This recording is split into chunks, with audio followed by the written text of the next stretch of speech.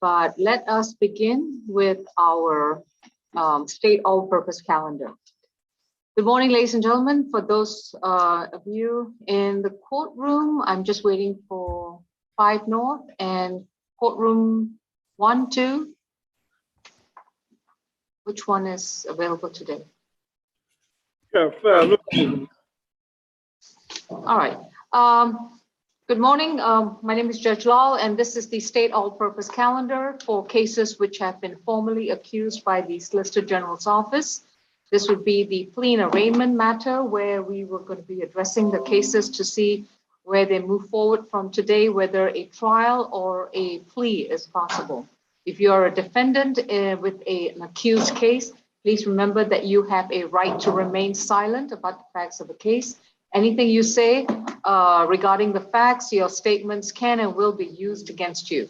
You have a right to an attorney, and we are addressing position 5 North, at 5 North. Which position is that? Number 21, Mr. Matthews. 21, thank you. And Mr. Finling, are you representing first 10, the first 15? What are we doing? Yes, Your Honor. I am representing the first 16. And there's the first 16, Your Honor. All right, sounds good. Thank you. And then, all right. Yeah, go ahead. Go ahead.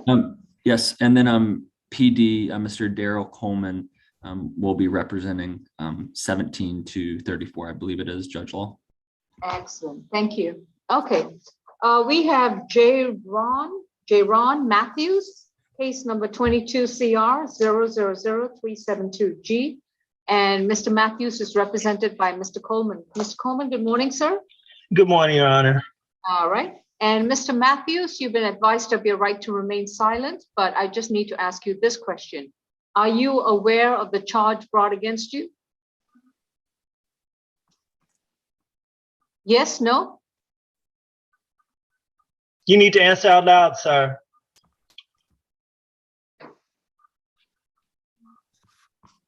All right, let's test your audio. Mr. Matthews, if you come closer to the computer, just say 1, 2, 3, testing. 3, test. Okay, good. Are you aware of the charge brought against you? Yes. Thank you. All right, and Mr. Coleman, on position 21, are we arraigning the case today? Oh, we can waive arraignment. We will waive sounding of the charge. This is going to be reset for a jail jury calendar. All right. Are you filing a waiver of arraignment? Actually, otherwise, I can arraign it today. Yeah, I guess we would need to arraign it today. I'm actually having problems with my computer where I can't generate any documents this morning. All right. Mr. Matthews, I understand that you've already spoken to your attorney and you are going to be seeking a jury trial, which means you'll be entering a not guilty plea to the charge. And Mr. Coleman, just to confirm, we are going to waive a reading of the accusation, correct? Yes. Yes. Okay. Mr. Matthews, you have been accused of a misdemeanor offense allegedly occurring on January 26, 2022 in Fulton County, Georgia. Upon your entry of a not guilty plea, the case will be scheduled for a trial. At the time of the trial, the prosecution would have the complete burden to prove the charge against you beyond a reasonable doubt and overcome your presumption of innocence. At the time of the trial, if the state prevails, you could be convicted and face a penalty of up to a year in prison and or up to $1,000 fine. Given this information, how do you plead? Not yet. Speak louder, please. Not yet. All right. Your case has been arraigned and is going to be further notice for trial. Thank you, Mr. Coleman. Thank you, Mr. Matthews. That concludes this case. Thank you, Your Honor. Position number 17, Mr. Holloway. All right.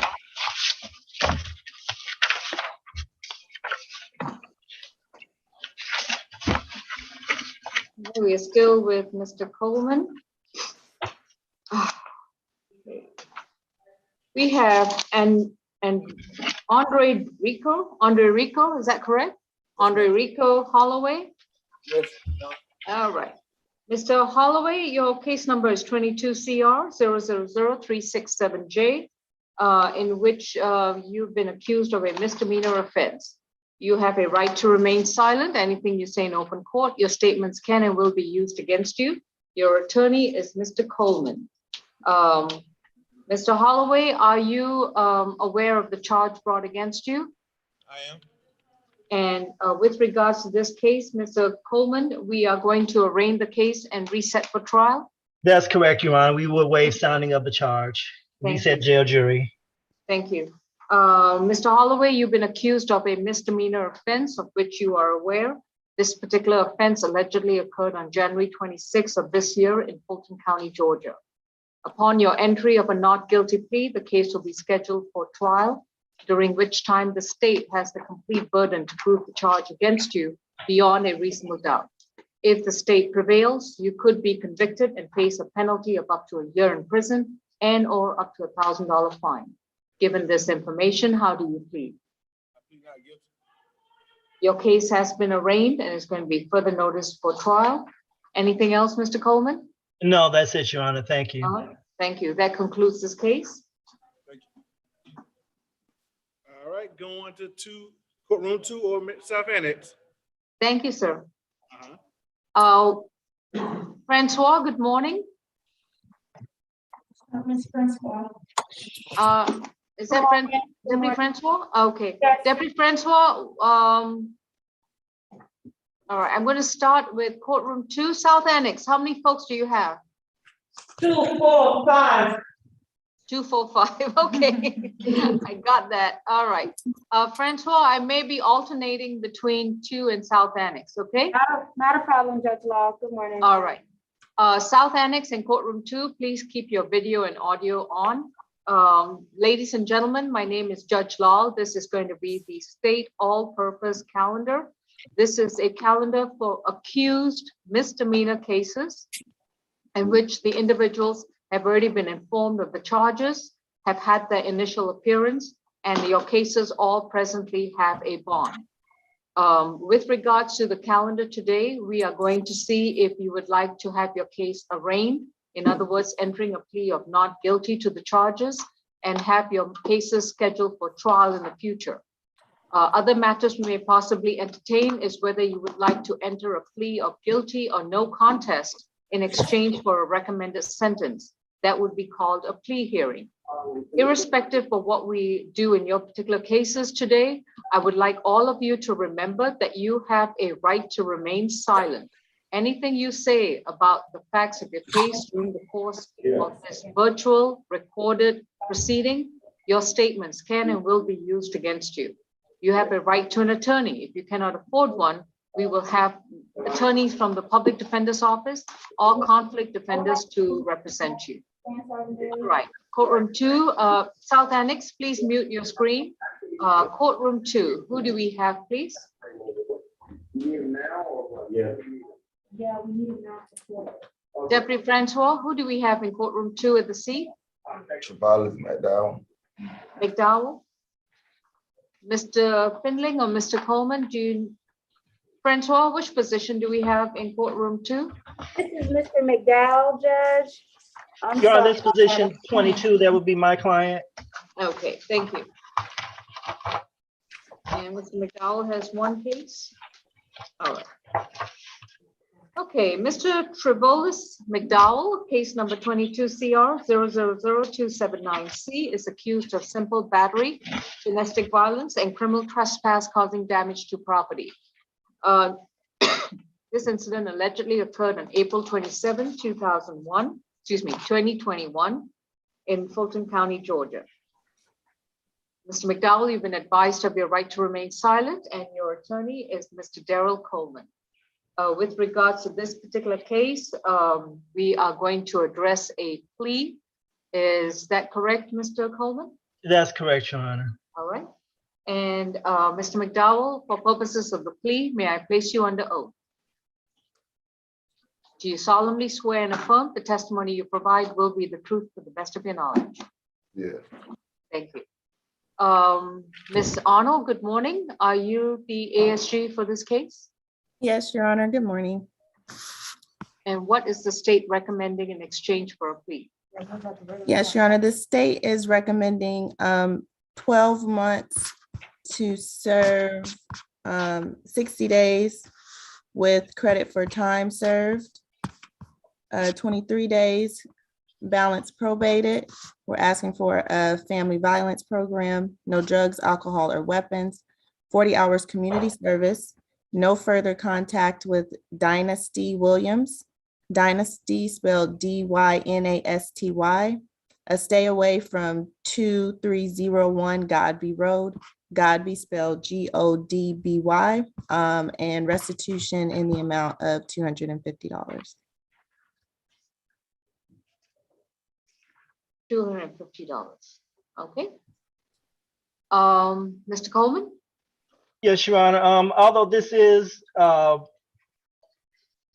agreed to plea, I would ask that you allow Mr. McDowell to be released today. Apparently, he has a hold, so he really will not technically be free. I would like him to go forward with his holds in other jurisdictions. As to the other conditions of the plea, there is an agreement. We would just ask that the court accept it as negotiated, that the probation would go non-reporting, and that probation fees be waived for a period of time. All right, tell me about this hold.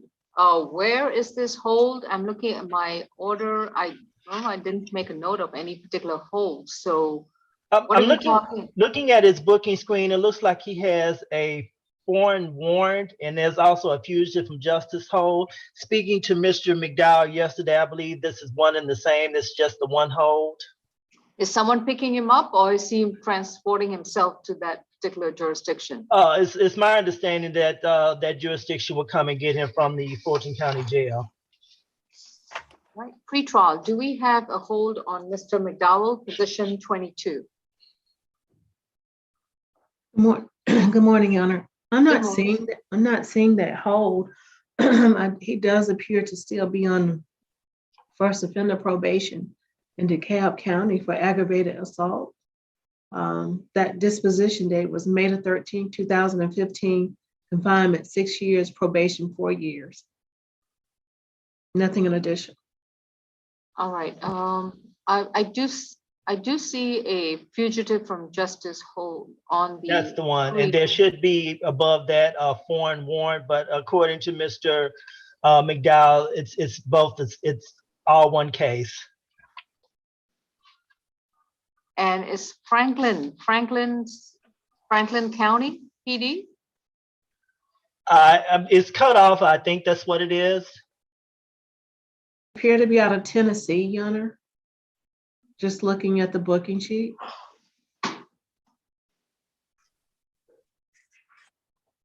Yeah.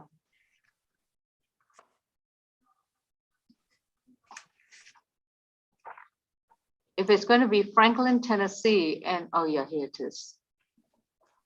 Yeah, there is an extradition issue with that particular case.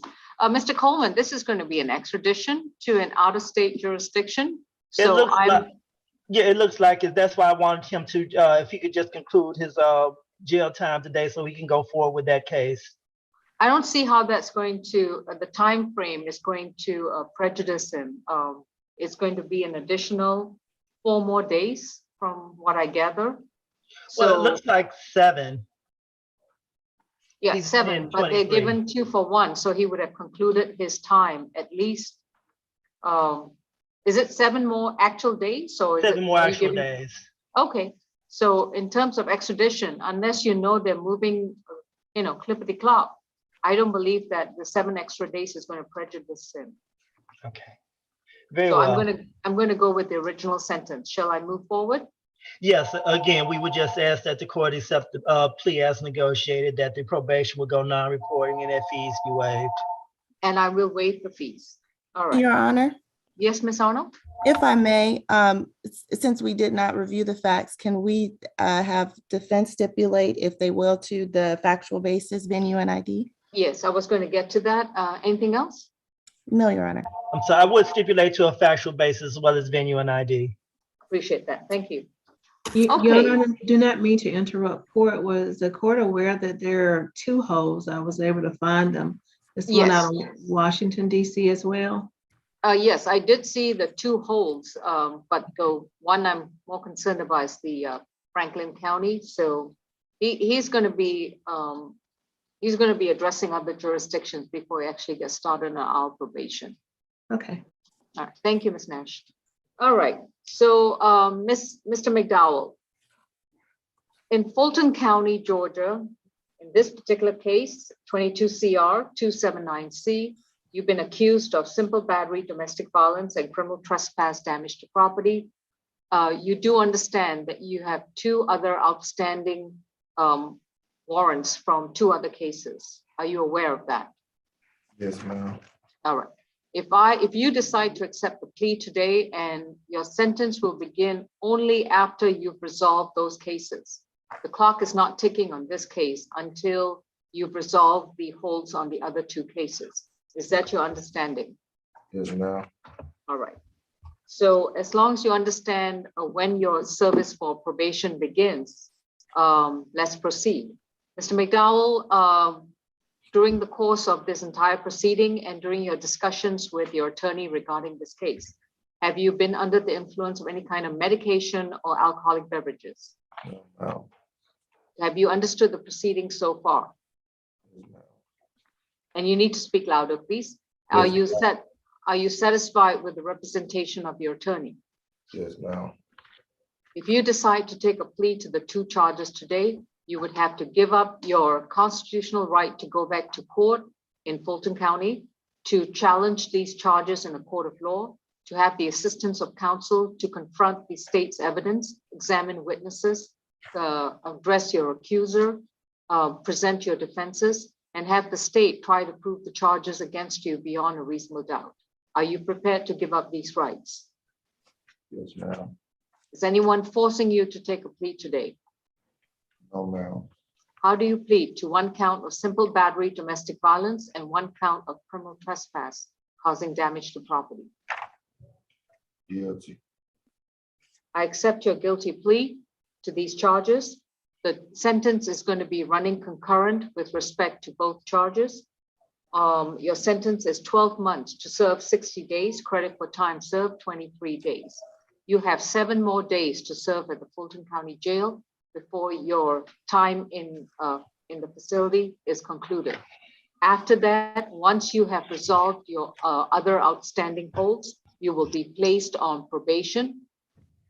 Once you're on probation, I will waive your probation fees, but you will be required to report to probation within 48 hours of being released from your other holds. Do you understand, sir?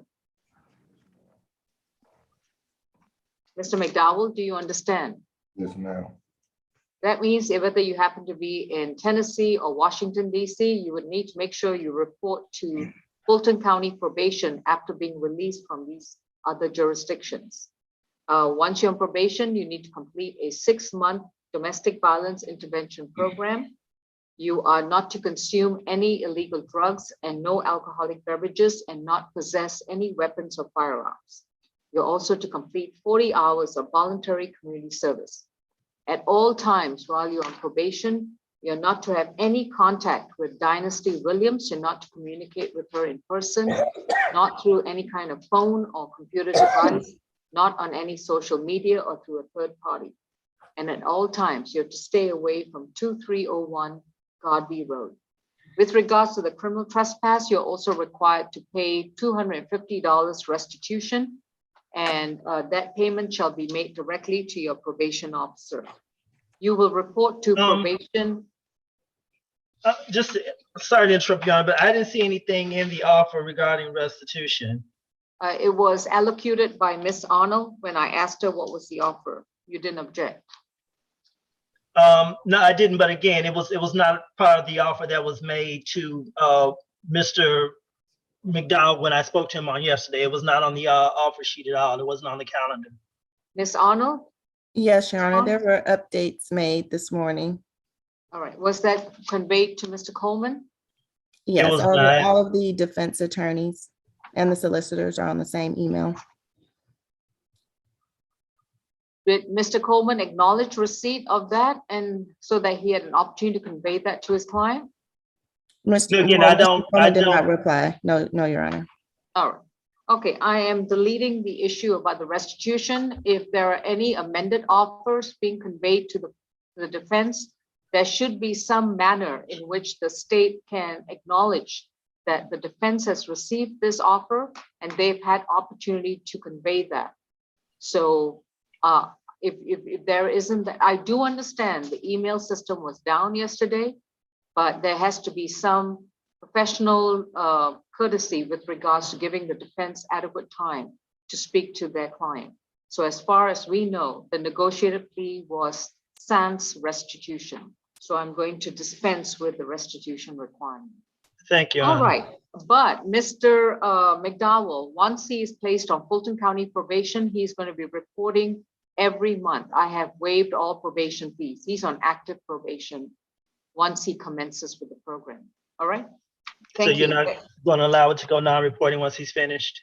I've waived probation fees. It ain't going to cost him a dime to report. Thank you, Your Honor. Thank you.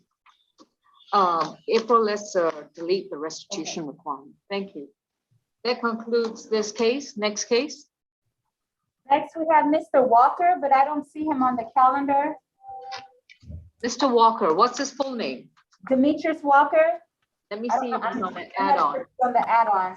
Yes, I'm representing Mr. Walker. He is add-on 4, 5, and 6, and I did not receive because the email was down his offer yesterday. So I did meet with him, but we did not have an opportunity to go over the plea offer. So I would need to speak with him, Your Honor.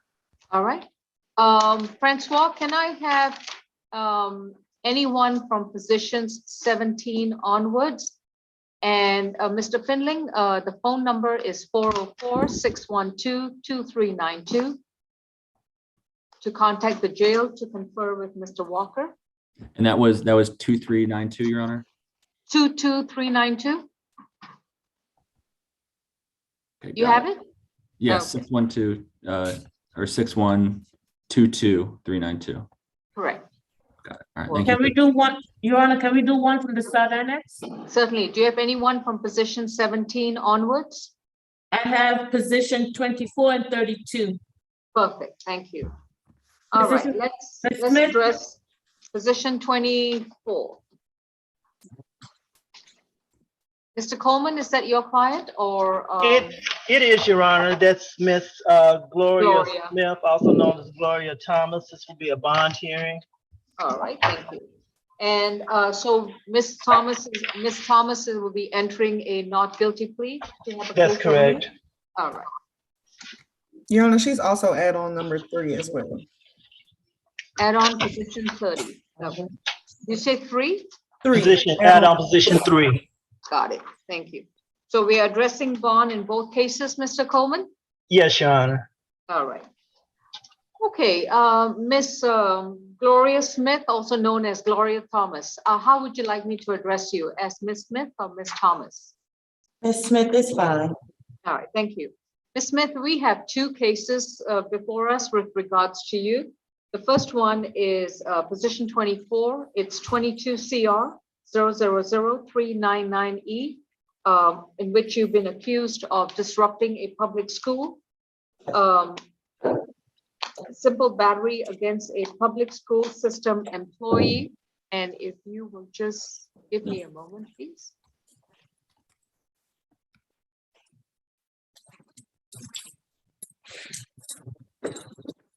Yeah, those are the 2 charges that have been brought against you in this particular case, allegedly occurring on August 13, 2021 in Fulton County, Georgia. The other case that we have is a 2021 case. It's a 21 CR 000-661E, in which Ms. Smith is accused of battery, family violence from a February 9th, 2021 incident, and allegedly in Fulton County as well. With regards to both cases, I understand, Ms. Smith, that you will be entering a not guilty plea. You have been advised of your right to remain silent, and your attorney is Mr. Derek Coleman. Daryl. Oh, excuse me, Daryl Coleman. I'm sorry for that slip up, Mr. Coleman. Okay, and With regards to both cases, these are misdemeanor charges that have been brought against you. Upon your entry of a not guilty plea, the cases will be scheduled for trial. At the time of the trial, you will have the assistance of counsel, and where the state, the prosecutor, would have the complete burden to prove the charges against you beyond a reasonable doubt. If the state succeeds, you could be convicted of one or more of these offenses in both these cases, and your penalty would be a sentence of up to a year in prison and or up to $1,000 fine for each convicted offense. Given this information, how do you plead in case 22 CR 399E? Not guilty. And how do you plead in case 21 CR 661E? Not guilty. All right, both cases have been arraigned and we will address bond. And for purposes of this hearing, Mr. Coleman, we will address both cases. So let's begin with position 24. I see that her bond has been set from January 28th of this year to the amount of a $2,000 good bond, $1,000 on each count with conditions. What is the argument for a modification? Well, Your Honor, referring to the first case in time, which was the battery family violence charge from February 9th of 2021, according to Ms. Smith, she contacted the court about possibly having that order amended on that case. At that time, she was informed that she had a warrant on the August 13th, 2021 case. She was out on a signature bond through pretrial services on the first case. When she turned herself into the Fulton County Jail on January 28th, the pretrial services came off of that bond. According to Ms. Smith, this was an incident at her son's school. He is age 9. He's no longer attending that school. Ms. Smith has no money to post for bond. She is not working.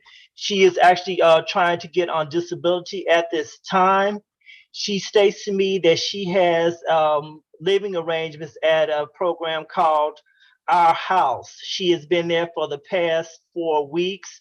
She tells me that if she is not released and back at that facility, that she will lose her bed and she will not have any place to stay.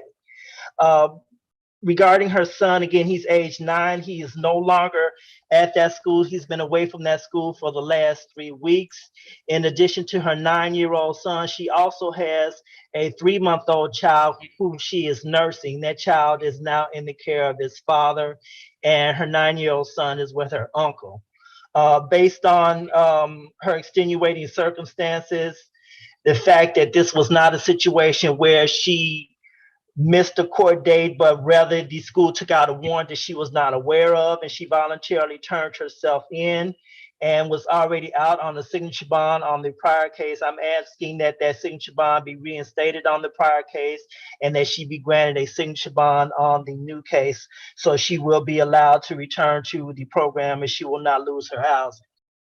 All right, thank you. Miss Nash, with regards to Gloria Smith, also known as Gloria Thomas, she's got an add-on position 3 and a case position 24. Yes, Your Honor. Any prior convictions from February of 2021, prior to February 2021? There are some prior to 2021. Convictions? I do see a 2019, she received a nolo contendory for driving while license suspended or revoked. And the defendant received first offender treatment in 2012 out of DeKalb County for theft by taking. And there was one in 2007 for theft by taking, nothing in addition. All right, thank you. Ms. Goodry, good morning. Good morning, Your Honor. All right, and what's the state's position on Mr. Coleman's request? Your Honor, for the first case ending in 399E, we ask that you maintain that $2,000 surety bond given her criminal history. I did hear pretrial state a few convictions, but Your Honor, on my recollection, she had way more convictions than that. She has a battery 2012, robbery 2012, theft by taking, criminal trespass, simple battery again, battery against a person 65 years of age or older, and another simple battery family violence, 3 counts from 2012 as well, and battery family violence, 3 counts 2012, Your Honor. She has an extensive criminal history of simple batteries and batteries. And she also has this open battery as well, Your Honor, and a simple battery against a public school employee. So we're sure that that $2,000 surety bond is sufficient for that case. All right. Mr. Coleman, anything else to add? Well, just based on the history that pretrial services relayed to the court, she only had a suspended license charge, which is obviously nonviolent, and then 2 theft charges in her distant criminal history, nothing about any other violent offenses. Again, based on the extenuating circumstances of this case, in fact, that she was, again, out on a signature bond on the first case and did turn herself in when she became aware that the school had taken out a warrant. This was, again, not a situation where she willfully missed court, but she was not aware that there had been a warrant taken out by the school. And given the fact that she will lose her housing, that she has a 3-month-old child that she needs to take care of, again, I renew my request for signature bonds on both of these cases. All right.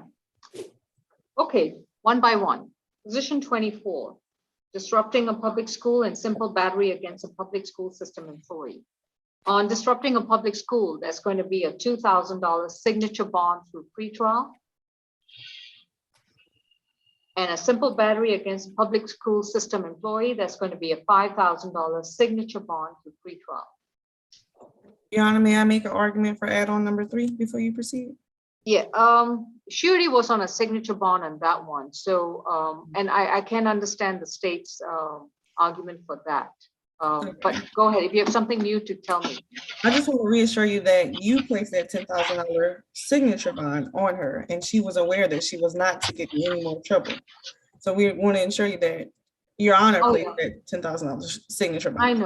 I know, and I'm not going to let myself get down about that. So. Okay. And I'm going to reinstate the $10,000 bond on the battery family violence through pretrial services. So now her total bond for both cases, and Ms. Smith or Ms. Thomas, take it for what it's worth. Your total bond right now for both these open cases against you is $17,000. And it's right now a signature bond through pretrial services.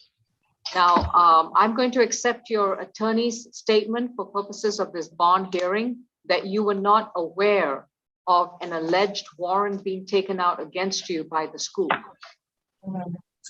But please understand, if there was some kind of argument between you and the school, I don't know what happened. I wasn't there. I only have the warrants to look at.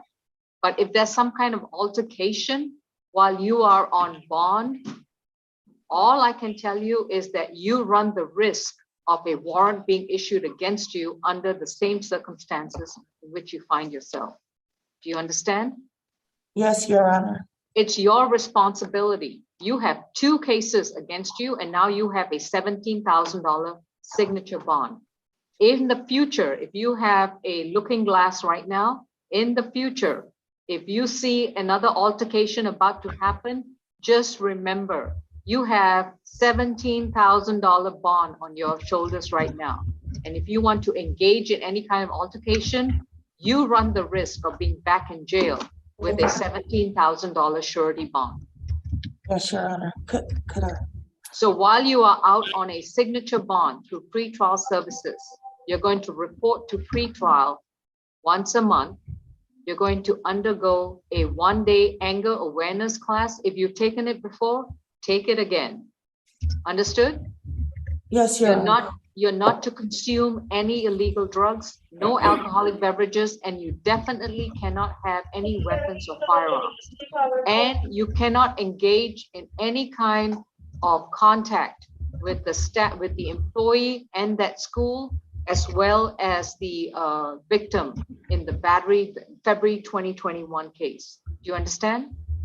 Yes, Your Honor. So, if I could speak, please? You I have wouldn't a right. advise that you say anything at this time, Ms. Smith. The You have judge a has granted question you a about, signature bond. I wouldn't advise that you say anything at this time. Mr. Coleman, let me just clarify. Do you have a question about the bond? Yes, Your Honor. What's the question about the bond? So originally, I was reaching out to the state court to see if I couldn't get the bond in the domestic violence case modified so that it was no violent contact, as the victim in that case is the father of my newborn child. Okay. And? I was hoping versus no contact at all, if it could be a no violent contact. Well, Ms. Thomas, I can tell you at first blush, considering that there was an altercation just 6 months after the battery case, I'm not inclined to lift the no contact. Now, if the father of your child would like to get visitation with respect to the child in question, he can go to Superior Court, file a legitimation action, and get a Superior Court order with regards to visitation and joint custody. Do you understand? I understand. All right. Your Honor, All right. was that a one-day anger management? Yes, that would be in case ending in 661E. Your Honor, are you also ordering an MHET? I think there may be some issues with that as well. Well, unless I have a social worker evaluate the case, I'm not about to make a prognosis Yeah, because. she's already in program, so. Okay. Okay, thank you. All right, that concludes positions 24 and position 3 on the add-on calendar. These are going to be, these have been arraigned and further notice for trial. Mr. Coleman, once you have the post bond modification orders, please forward them to April Champion. Well, actually, I having an issue with my computer this morning where I can't generate any documents. I'm sending a chat to Mr.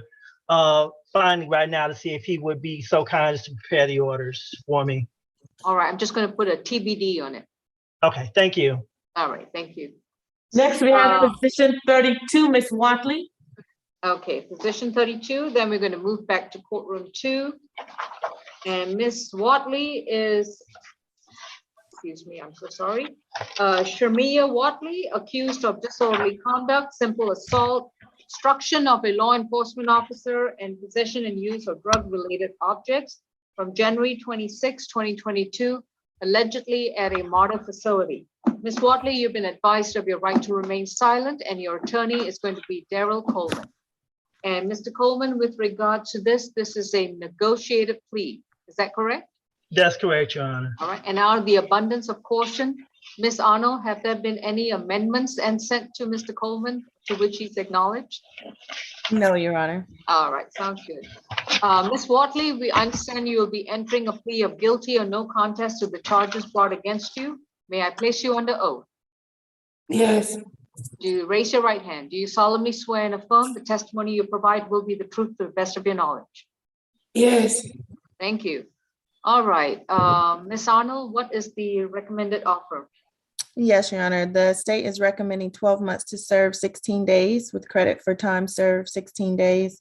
Stay away from all MARTA, alcohol, drug evaluation and treatment, no drugs, alcohol, or weapons, and that the balance be probated. And if defense stipulates to the factual basis, venue, and ID, we have nothing further. All right, Mr. Coleman?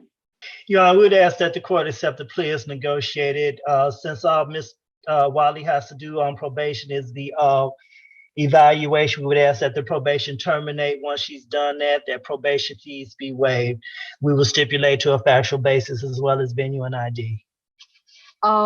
Ms. Nash, does Ms. Watley have any prior convictions for trespass or obstruction?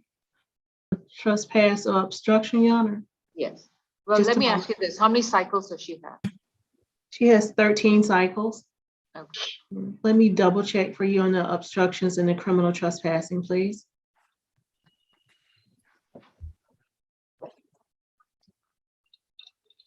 Your Honor, she has one conviction for willful obstruction of a law enforcement officer from February 2014. Yeah, I see a couple more. Okay. Ms. Nash, anything else? Nothing in addition, Your Honor. Thank you.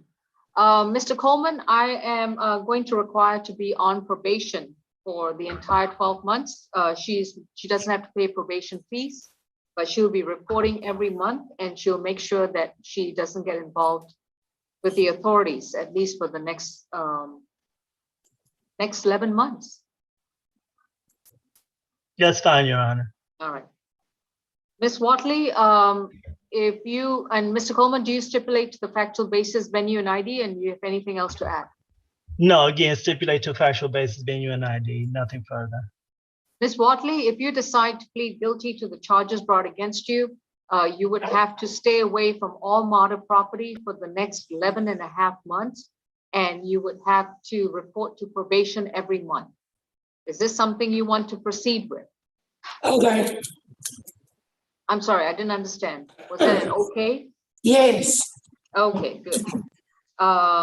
Ms. Watley, first of all, are you under the influence of any kind of medication or alcoholic beverages at the present time? No. No. And have you understood the proceedings as they've happened so far? I just get probation. Yes. Have you understood everything else that we've been talking about? Yes. Okay, that's good. Are you satisfied with the representation that you received from Mr. Coleman? Yes. And Ms. Watley, if you decide to plead guilty to these charges today, it will be a conviction on your record.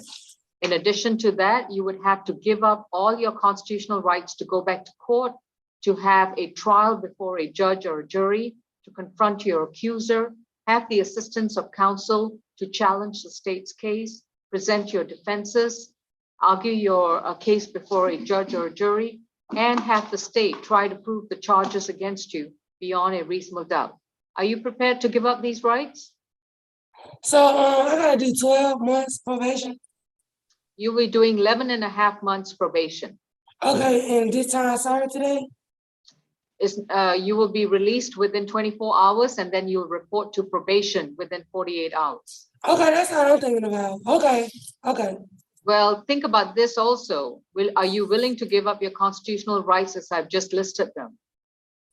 The rights, my rights. Yeah, okay. So I'm saying, okay. All right. Can you name me one of the rights that you'll be giving up? You say stay off around Marta, right? Repeat that. You said stay off around Marta? All right, I'm going to say this one more time. Otherwise, I'm going to reset your case and we can address this on another day. Okay. Are you paying attention? Yes. If you decide to plead guilty or no contest to the charges brought against you, you would have to give up your constitutional right to go back to court, to have a trial before a judge or a jury, to have your counsel assist you to examine witnesses, confront your accuser, present your defenses, challenge the state's case, and have the state try to prove the charges against you beyond a reasonable doubt. These are the rights you will give up if you decide to plead guilty today. Are you prepared to give up these rights? Yes. How do you plead? To one count of, listen very carefully. Okay. Put your mask back on over your nose.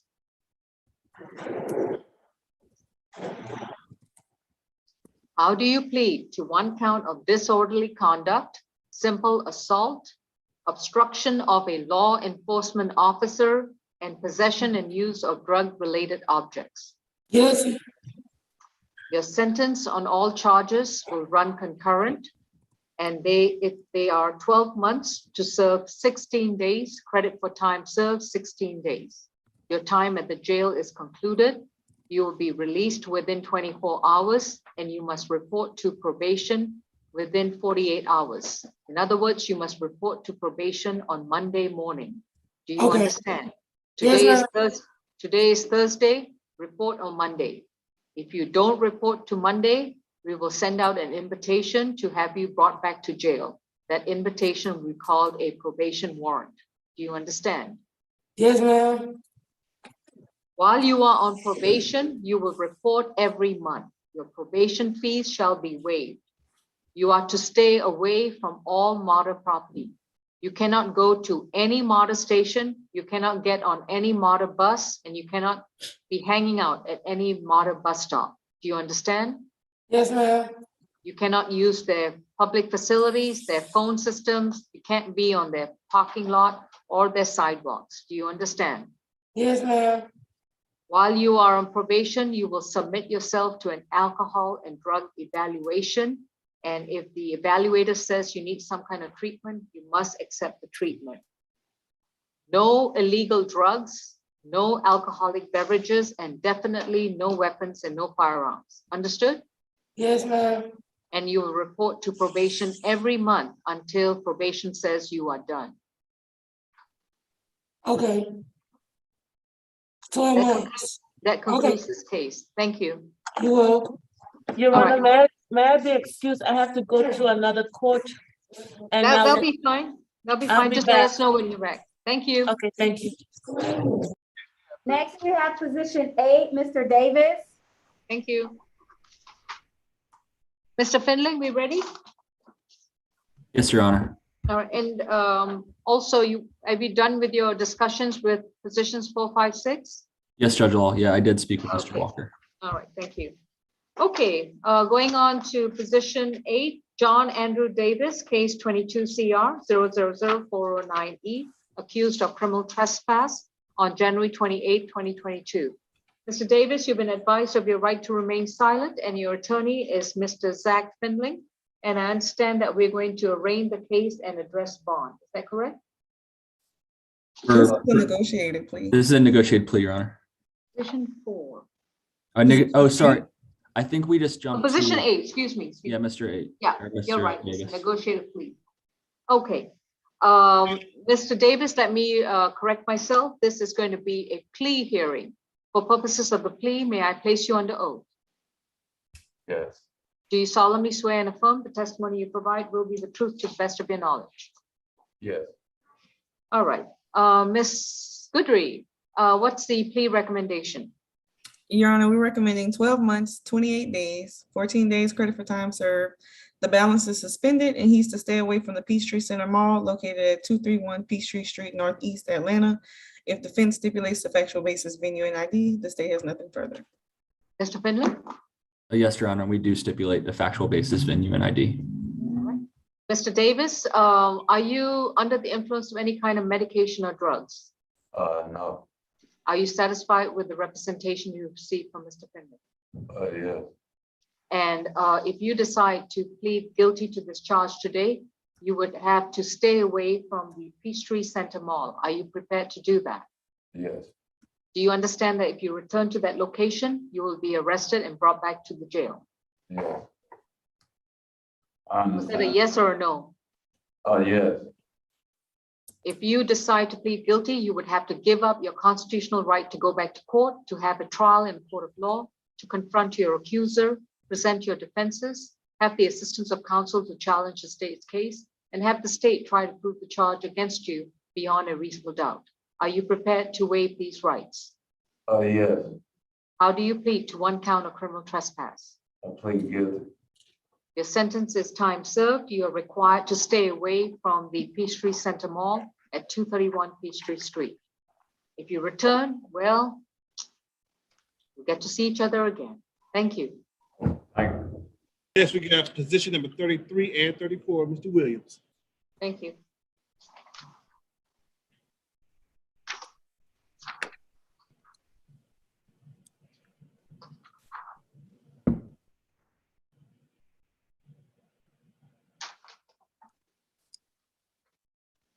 All right, Mr. Williams is at 4 North, and DeMonte Bernard Williams accused of battery domestic violence in 21 CR 002-943B, allegedly occurring on June 20th, 2021.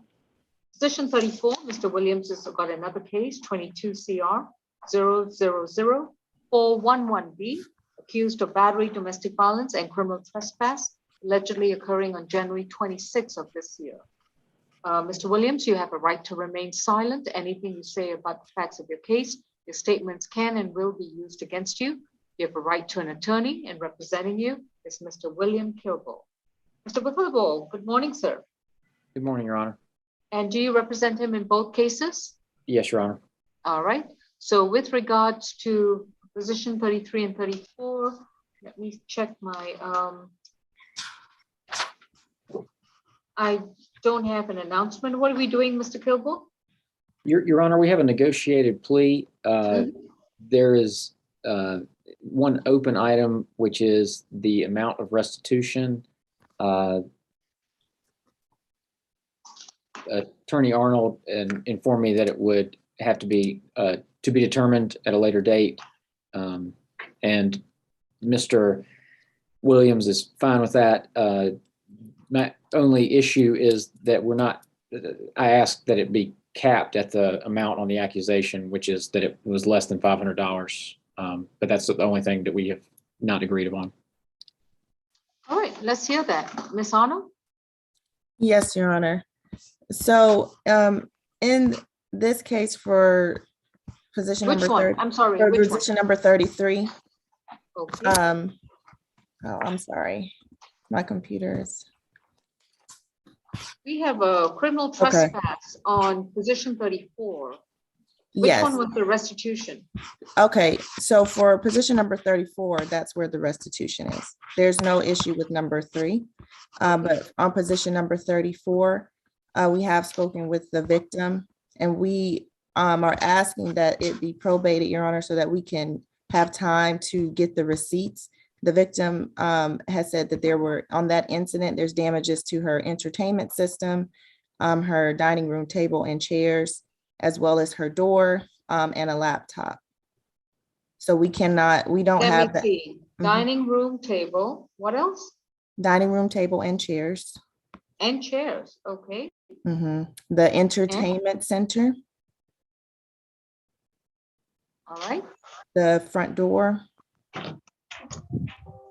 and her laptop. All right. I haven't been shopping for a lot of these things. That would be 2 laptops. All right, that's good. Oh, and she's here. Perfect. Thank you. But you know, if you want me to name the item, I'm looking at over $1,500 worth of damages, which would make it a felony charge. So what are we doing, Ms. Arnold? Your Honor, so that's why we were we don't have the receipts. We have the victim, so shall we proceed? Yes, Your Honor. All right. So Miss Desiree Trotman on Galaxy A02S. Yes, I was getting the items ready for you to view the damages. I'm not going to view the items. I'm not a auctioneer and I'm the last person to be able to evaluate the value. So Ms. Trotman, first of all, could you please raise your right hand? Do you solemnly swear and affirm the testimony you provide will be the truth to the best of your knowledge? Yes, I confirm. All right. Okay, Ms. Arnold, if you want to voir dire your victim with regards to the alleged value of the items. Yes, Your Honor. Ms. Troutman, is it true that there was an incident with you and the defendant on on January 26th of this year? Yes. And in that incident, were there items damaged during the incident?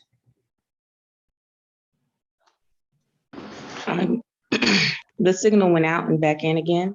Yes, during that incident, was there property that was damaged? Yes, during that incident, there was property that he continued to re-damage. He's damaged on all 3 occasions. Okay, so we're just speaking in this occasion though. Would you mind listing or telling us today what the what items were damaged and the amounts for those items? Yes. My HP laptop. This is over $450. My door has one professional estimate at $4,000. This door does not protect my home. It only has one hinge. The estimate that came from a senior retired person who worked in construction for many years, he was about 65. He estimated it at $200. That was just a random person off of the street we seen at Ace Hardware store. But the professional door installation estimated $4,000 because it has to be replaced, some kind of metal, lots of technical jargon dealing with this being an apartment complex. The other laptop is my Dell laptop. This laptop is actually being billed to me for $3,500. This laptop comes directly from Lincoln Tech, located in far north of 75, right off of, like, just right there off of Wesley Chapel, small technical college. Therefore, the device they give me is for school. It's a compact computer. Neither one of them can turn on because he has water damaged it, thrown it into the pavement, and it's inoperable nor repairable, but it's replaceable. The other things that do not turn on, such as flat screen TV, these are things of which he knocked over and are damaged from his rampage. This is $12.99. This is from the thrift store. I'm assuming that's $1,299. So far, just for the laptop by itself, that's $3,500. That door right there has two estimates, a $4,000 estimate and a $200 estimate. So that could be anywhere from $200 to $4,000. That's a actual metal, how they say it's a metal door. It has to be metal because it's facing the outside, and this is West End, Georgia. Well, West End, Atlantic City. And then this is the desk, of which you can see the lamps that he's broken. They no longer stand because he actually has broken these $100 lamps. So the cement is broken and cracked underneath it. The lamps that keep the cement that keep the lamp standing in place, they're broken and cracked. All of this is from his rampage. This cement from underneath this one had to be completely thrown away because it was shattered. So it's not stabilized. And those lamps are $50 a piece. Ms. Troutman, for the television, was that, I know you said it was from the thrift store. Were you saying that it was $1,299 or $12.99? $12.99. Okay, thank you.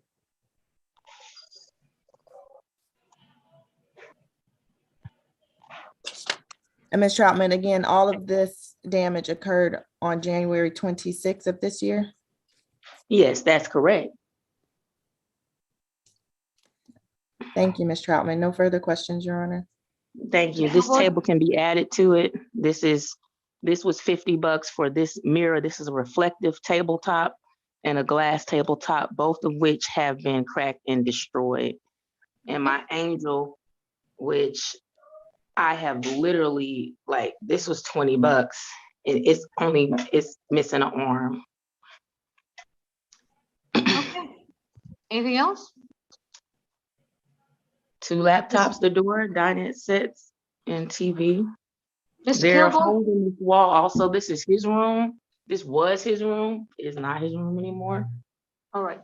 Mr. Kilgore, do you have any questions to ask of Ms. Chapter? I have sheetrock work. Trotman? Yes, Your Honor. Sheetrock work they're currently working on. Ms. Trotman, what is the model number of the HP laptop?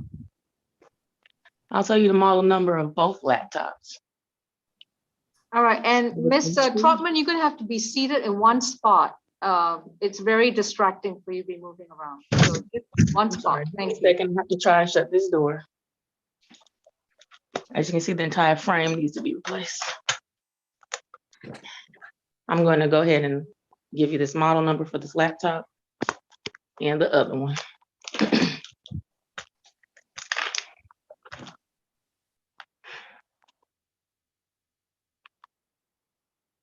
That will be the HP 14-C for Charlie, B for boy, 164 Walmart, WM. That's the Intel Celeron dual core processor. Next one, HP stream. next one. Yes, one moment, please. While I pull this one out, this one he completely demolished.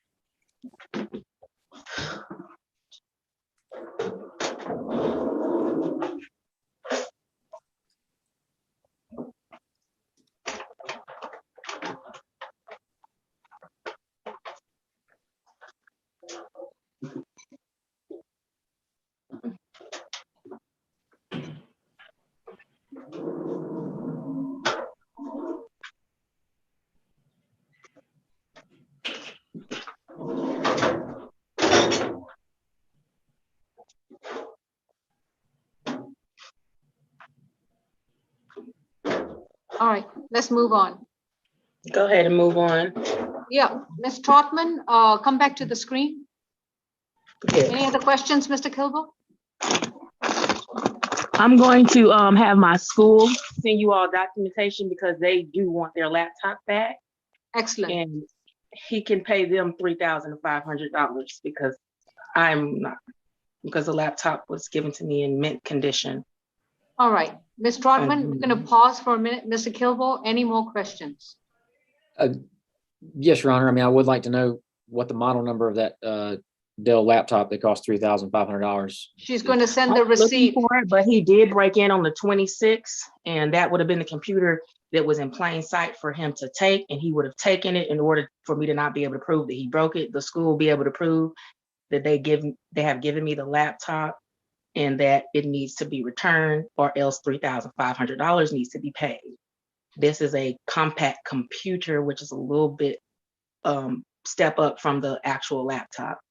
Okay, we are altogether way above $500 now, which is what was accused in this case. So, Ms. Arnold, since your victim has alleged damages that clearly put that within the province of a felony charge, what would the state like to do? Yes, Your Honor. So if it's possible, we would like to see if we could get this transferred. But I know we are here before the court today. So you are here today for a plea in which Mr.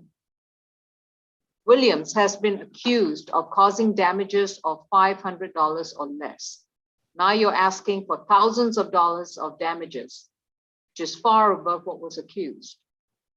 So my question now is, what would the state like to do? If you're seeking a transfer, then the plea is off the table for at least position 34. yes, Your Honor. The state would like to transfer this case, but as you have already said, we still have a plea for position 33, but we need a transfer for position 34. On the alternative, if Mr. Williams still wants to proceed with the plea, then the restitution matter cannot be addressed, and that can be something that Ms. Trotman can pursue in civil court. So what would you like to do, Mr. Kilgore? I want to make sure that I understand the options available to Mr. Williams. If my advice to Mr. Williams would be not to enter a plea to one position, but not the other if it's transferred to the DA's office. If it's possible for him to enter two pleas and that the restitution be determined in a civil proceeding, then I believe that Mr. Williams would want to proceed in that way. So if he might be willing to plead guilty to position 33, but put a stay on position 34, is that correct? No, Your Honor, it's either both or none for guilty pleas. I see. Ms. Arnold, Mr. Hopkins just chimed in. Do y'all want to transfer the position 34 based on the sworn testimony from the victim? Make a decision quick. Your Honor, we'd like a reset to go ahead and attempt transfer on it just based on the strength of the argument from the victim. Is the state presently withdrawing its plea offer We are, Your Honor. on both cases? We are, Your Honor. All right. Mr. Williams, this particular case, there is no plea offer to be considered at the present time. I'm entertaining an arraignment, which does not prevent the state from seeking a transfer. Mr. Kilbo, are we prepared to move forward with an arraignment? Yes, Your Honor, I can file a waiver of arraignment and a plea of not guilty. To both Yeah. cases? I believe that I have already filed a waiver of arraignment in the older case. I will double check that. I can look it up for you. Let me just make sure. There was an entry of appearance. No, there was no waiver filed. There was a motion to revoke the bond back in February of 2022. This case has never been scheduled for, oh yes, it was arraigned on July 8th, 2021. I'm sorry, I scroll it down further. All right, so it's already been arraigned. So go ahead, if you seek an arraignment, if you seek a waiver, go ahead and file that waiver of arraignment to position 34 today to April Champion, please. I'm going to make a note that position 34, that's a waiver of arraignment.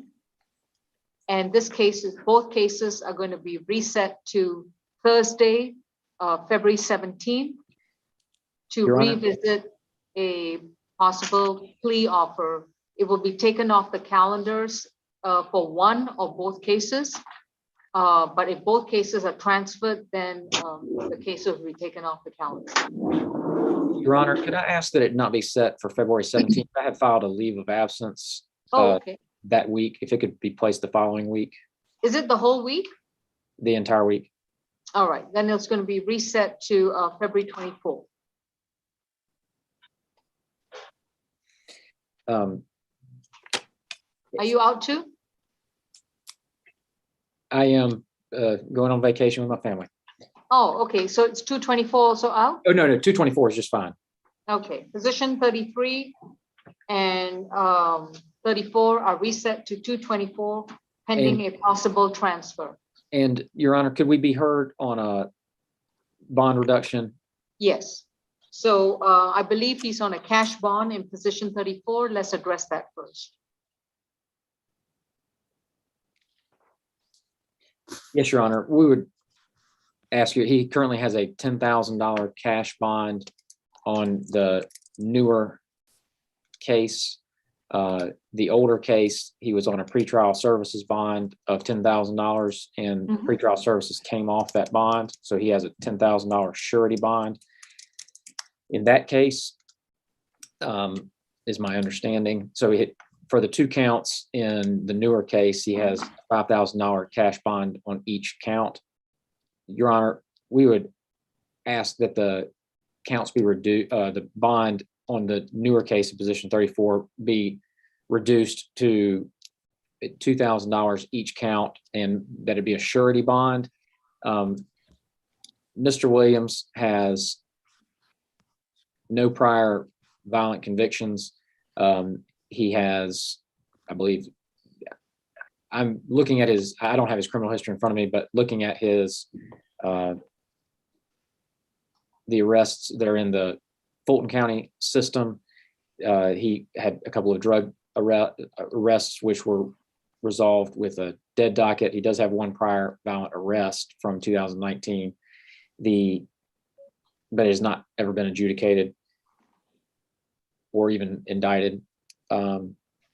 He has a plate in his head from a car accident, and it causes him to be subject to seizures. He has to take special seizure medication.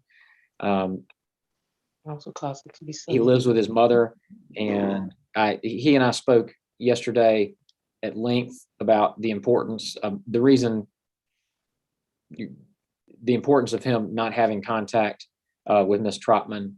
And based on our conversations, he understands the criticality of that. We're asking, they have a child together, but I believe Ms. Trotman's one of her parents has the child at the moment. So there is no reason for him to have any contact with Ms. Trotman. He understands that, and he understands the consequences. He was about to enter this plea with a no contact provision, and the consequence of which, had he violated that no contact provision, would obviously be that he would be subject to be revoked on his probation for a very long time. So for those reasons, Your Honor, we're asking you to reduce the cash bonds to $2,000 surety bonds per count. All right, thank you. Ms. Arnold? Yes, Your Honor. So the state would object to the cash bonds being reduced to $2,000 surety. But the state would be okay with the $5,000 surety for the battery family violence and a $5,000 surety for the criminal trespass. Your Honor, this just happened on January 26th of this year. And it all happened because the defendant was upset that Ms. Trotman took too long to open the front door. And because of that, he pushed her out of the way and caused all of these damages, Your Honor. The defendant also swung at Ms. Trotman with an open hand, which she was able to block with her arm. Then he pushed her into the dining room table, which caused a slight laceration to her middle finger, and then attempted to swing on Ms. Trotman again. Thankfully, she was able to to prevent that attack once more. However, she did bust her bottom lip, trying to protect her face from being struck by the defendant. The defendant does have 6 cycles. He has an October 2017 conviction for disorderly conduct. And then the open case here for position number 33 for battery family violence with the same victim. So, Your Honor, we would request that the bond be set at a $10,000 cash bond. I'm sorry, $10,000 surety with $5,000 for each count. On position 33, the bond's going to be set at $5,000 surety bond. Position 34 on the battery is going to be a $10,000 surety bond. And on the criminal trespass, that's going to be amended to a $5,000 signature bond through the jail. Total all conditions remain the same. No contact with Ms. Trotman, to stay away from the Oglethorpe Avenue location. No alcohol, no drugs, no weapons, and no firearms. And if there is any visitation with any child he shares with Ms. Trotman, that has to be done through Superior Court by filing a legitimation action.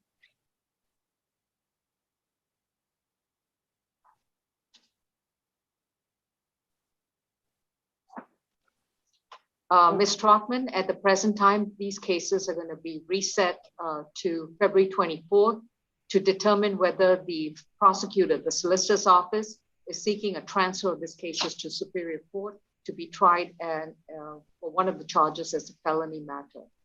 Furthermore, if you have the issue with fixing the damages, I would highly recommend that you speak to an attorney to see if a civil case is possible for you. Thank you. All right, that concludes positions 33 and 34. Moving on to courtroom 2, who do we have, please? This is going to be Demetrius Walker. He was on the add-on calendar. All right. Positions 4, 5, and 6, thank you. And I see a couple of items in the chat.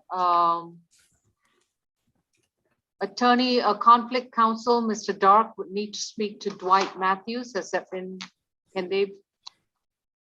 Mr. Dark, if you are present, if your client is at the jail, you may contact the jail at 404-612-2392. All right. Okay, we are addressing positions 4, 5, and 6 on the add-on calendar, State versus Demetrius Walker. The 3 cases are 18 CR 009-509Y, accused of reckless conduct and battery domestic violence from October 2018. 21 CR 003-085Y, accused of criminal trespass causing damage to property, allegedly occurring in June of 2021. And 22 CR 000-636Y, accused of criminal trespass, allegedly occurring in May of 2019. With respect to all three cases, Mr. Walker, you have been advised of your right to remain silent, and your attorney is Zach Finling. Mr. Finling, what are we doing with respect to these three cases? Yes, Your Honor.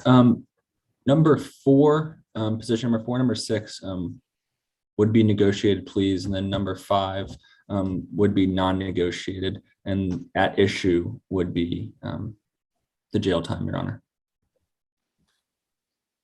All right. I'm just going to treat them for purposes of this plea as non-negotiated for all three cases. Yes, Your Honor. Mr.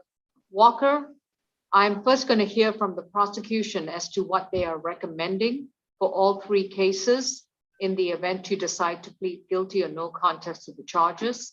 And then I'm going to hear from your attorney as to what the defense recommendation is.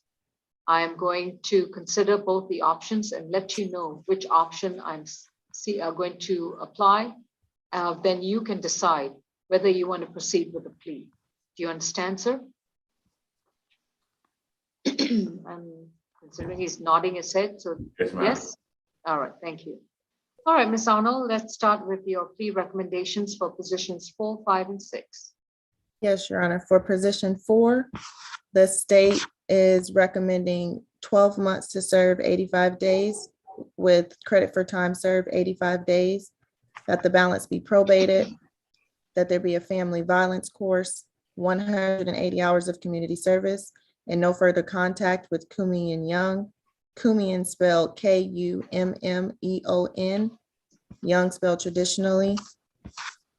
For position 5, the state's offer is 12 months to serve.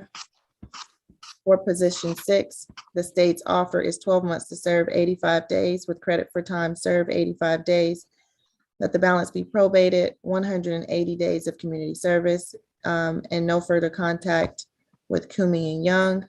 Kumian spelled Kummeon, and restitution to be determined.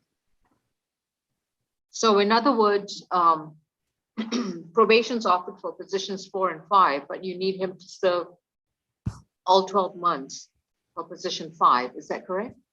I mean, 4 and 6. For positions 4 and 6, yes, Your Honor, All right. but all 12 months for position 5. All right, so there's no particular plea offer for position 5 then? No, Your Honor. And again, this is an incident that happened on June 26, 2021 at the Texaco gas station, located at the 3749 Campbell Road Southwest in Atlanta. Ms. Kumian advised that she went to that Texaco to exchange custody of her son with his father, the defendant. Ms. Young advised that the defendant was very confrontational and he allegedly pulled out a handgun and pointed it at her. However, officers were not able to find the weapon at the scene. The defendant became very aggressive and damaged Ms. Young's driver door and the door handle of her vehicle by kicking it and stomping it. Officers were able to see shoe footprints all over all over Ms. Young's vehicle. And that is why he was arrested for the criminal trespass and damage to property. This is a case that may be a potential transfer as well, Your Honor. So that's why it's here with the 12 months to serve. All right. Mr. Finley? Yes, Your Honor. At issue is that 12 months to serve. I spoke with Mr. Walker yesterday. Mr. Walker has been in custody now for 84 days. And as we heard from ASG Arnold, she mentioned the gun, but as she also mentioned, a gun was not found. So I feel like that's a pretty important fact. The 12 months to serve is based off of, in the police report, it says that he kicked the door allegedly and kicked the door handle. Mr. Walker was obviously very, very honest about the fact he very much misses his kids, age 17 and 3. He has been in there for 84 days now. When I went to go meet with him, it was the first time ever that I had to meet at the lawyer booth right near the front desk, because he is an inmate worker and he's clearly been given responsibility at the jail to be in the hallways and the common areas cleaning. He was a pretty stand-up guy. I do understand these allegations, but obviously not only I feel that, but the jail feels that as well, as he was walking throughout the jail cleaning. So that is why, Your Honor, we are asking for 6 months instead of the 12 months. And so Mr. Walker can get home to his kids. Thank you, Judge. Thank you. There is no plea offer for position number 5, so I'm willing to take the negotiated plea for positions 4 and 6, but that would leave one more case outstanding, and I'm not going to take a plea hearing on that particular case. Mr. Findling and Mr. Walker, if we can unmute courtroom 2. Would y'all like to still proceed with a plea on the older cases from 2018 and 2019 involving allegedly the same victim? Or would you like to have all 3 cases scheduled for trial? What does that mean, that I will have to accept the 12 months? No, it means that you will you can go ahead and resolve 2 of the older cases, the 2018 and 2019 case. The most recent case from 2021, that matter will be scheduled for trial. And then you would have to bond out on position 5. And position 5, let me see, case ending in 8/5. Presently, the bond order is $2,000 good bond. So on number, so I just want to clarify, Your Honor. So we were, so my understanding, so obviously I was arguing for the non-negotiated for position 5, where it was 12 months to serve.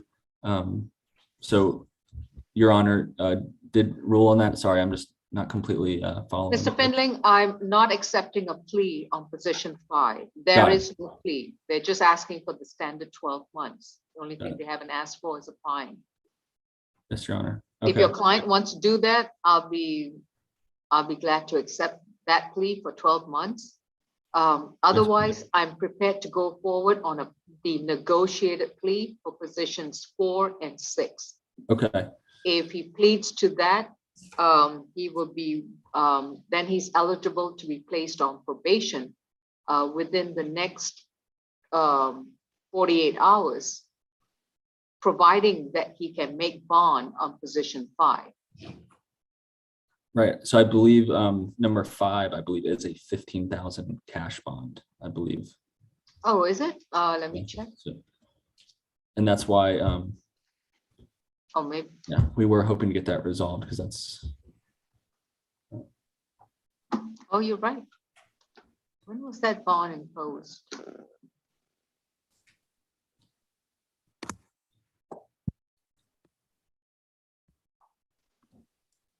He was booked in on November 19, 2021. Oh, was there a bench warrant? It looks like there was, might have been an FTA judge, and where Mr. Walker stated that it went to the wrong address and he was not aware, I believe. Oh, I see. Okay. I do see a return to sender.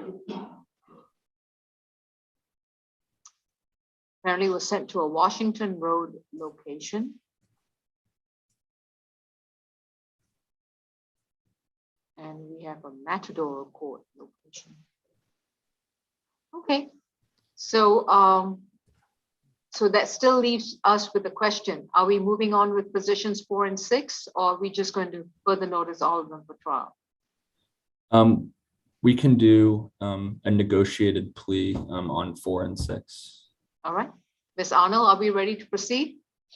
Yes, Your Honor. And unmute courtroom 2. Mr. Walker, you have 3 open cases.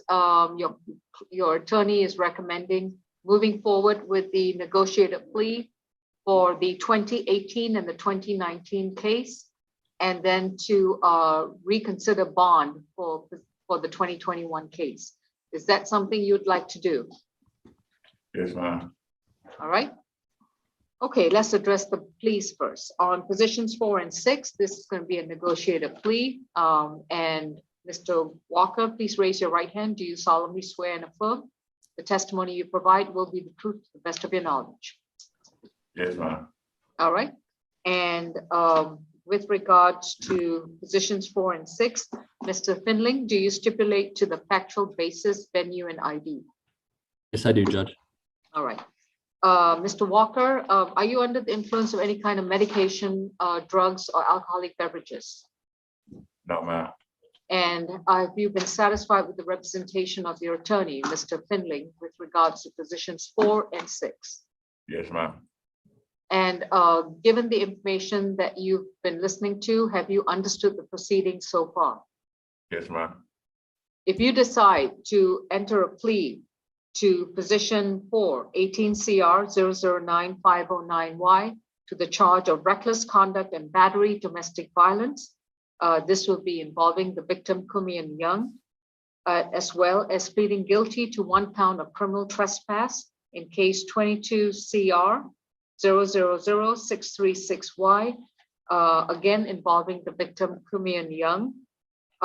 You would have to give up your constitutional rights to challenge these 2 cases in a court of law.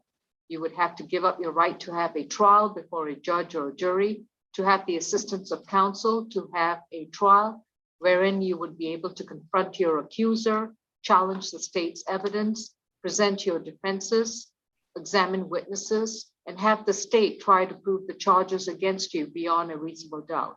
Are you prepared to give up these rights? Yes, ma'am. By entering a guilty plea that could have a negative impact upon any other open cases that you have against you, are you still prepared to move forward with this plea? Yes, ma'am. Mr. Walker, with regards to case 18 CR 009509Y, to 1 count of reckless conduct and battery domestic violence, how do you plead? Yes. With regards to 1 count of criminal trespass in case 22 CR 000636Y, how do you plead? Yes. Your sentences for both these cases are going to run concurrent. And that means that once you are released, either on bond or any other way on your other open case or cases, you will then report to probation within 48 hours of being released, whereby you will commence your sentence of 12 months to serve 85 days, credit for time served 85 days. In other words, you'll be placed on probation. Once you are on probation, you are to begin a domestic violence intervention program within 30 days of being released. On your first report date, you will have the clarification of what conditions you're to cover. And by your second report date to probation, you must show proof that you are enrolled in a qualified domestic violence intervention program. Do you understand, sir? Yes, ma'am. In addition to completing the domestic violence intervention program at your expense, you will also complete 180 hours of voluntary community service. And at all times while you are on probation, you shall have no contact with Kumian Young. The child or children with whom you share with Miss Young, were they during the course of a marriage or during a relationship? Relationship. Then you shall have no contact with any child that you share with Miss Young. In order to have custody, contact, or any form of shared time with the child or children, you shall file a legitimation action in Superior Court and obtain a court order with regards to contact, visitation, and any other shared matters. Understood? Yes, ma'am. There shall be no visitation and no custody issues until you get that Superior Court order. In addition, while you are on probation, you shall not consume any illegal drugs, no alcoholic beverages, and you shall not possess any weapons or any firearms.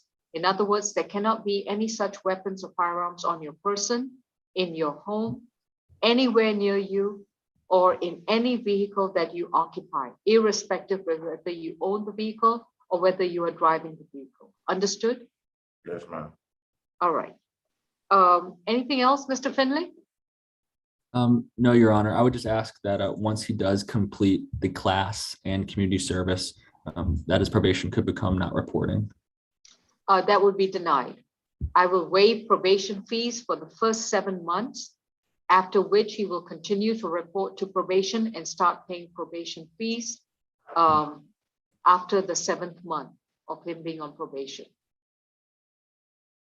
Thank you, Judge. All right, moving on to case 21 CR 003085Y. Mr. Demetrius Walker is accused of criminal trespass and damage to property, again involving one Miss Camille Young from a June 26, 2021 incident. Based on the information I've received from this proceeding, it appears that Mr. Young has a $15,000 cash bond pursuant to a failure to appear in court due to an address issue. All right, Mr. Findling, anything else to add? No, Your Honor. I would just reemphasize what I previously stated about Mr. Walker's character and how he's respected at the jail, becoming an inmate worker. And we would ask for it to be modified to a $2,500 surety bond, Judge. All right, Ms. Arnold? Yes, Your Honor. And it was my understanding that the 15,000 was for count 4 for the reckless conduct. So I have it here that it was the $2,000 surety. So the state would not be opposed to the $2,500 surety bond on this case. That's what I understood, Mr. Findling. So for this charge, it was the 2,000. That's what you're saying. The last order that I see issued in this particular case was a $2,000 good bond. Okay, Your Honor. And since he's pled to the other 2 cases, the bond issues are moot. Got it. So we would ask then for it to remain the same, Your Honor, at the 2,000 surety as it was. All right, so be it. Once he's made bond, he must report to probation within 48 hours, comply with the conditions of the bond.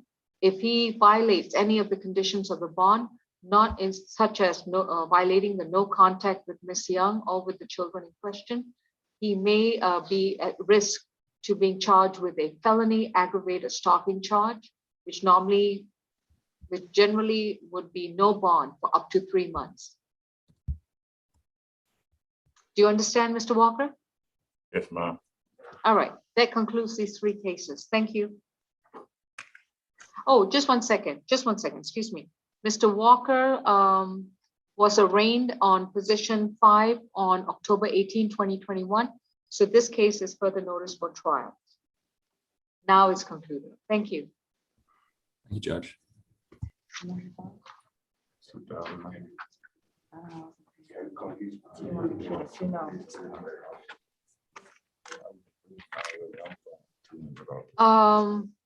So Judge Locke, his total bond was 2,000, correct? According to Odyssey, yes. On this particular case, his total bond is $2,000 surety bond. Okay, thank you. All right, I had a Francois, who do we have next in courtroom 2? Position 31, Mr. Thomas. Thank you.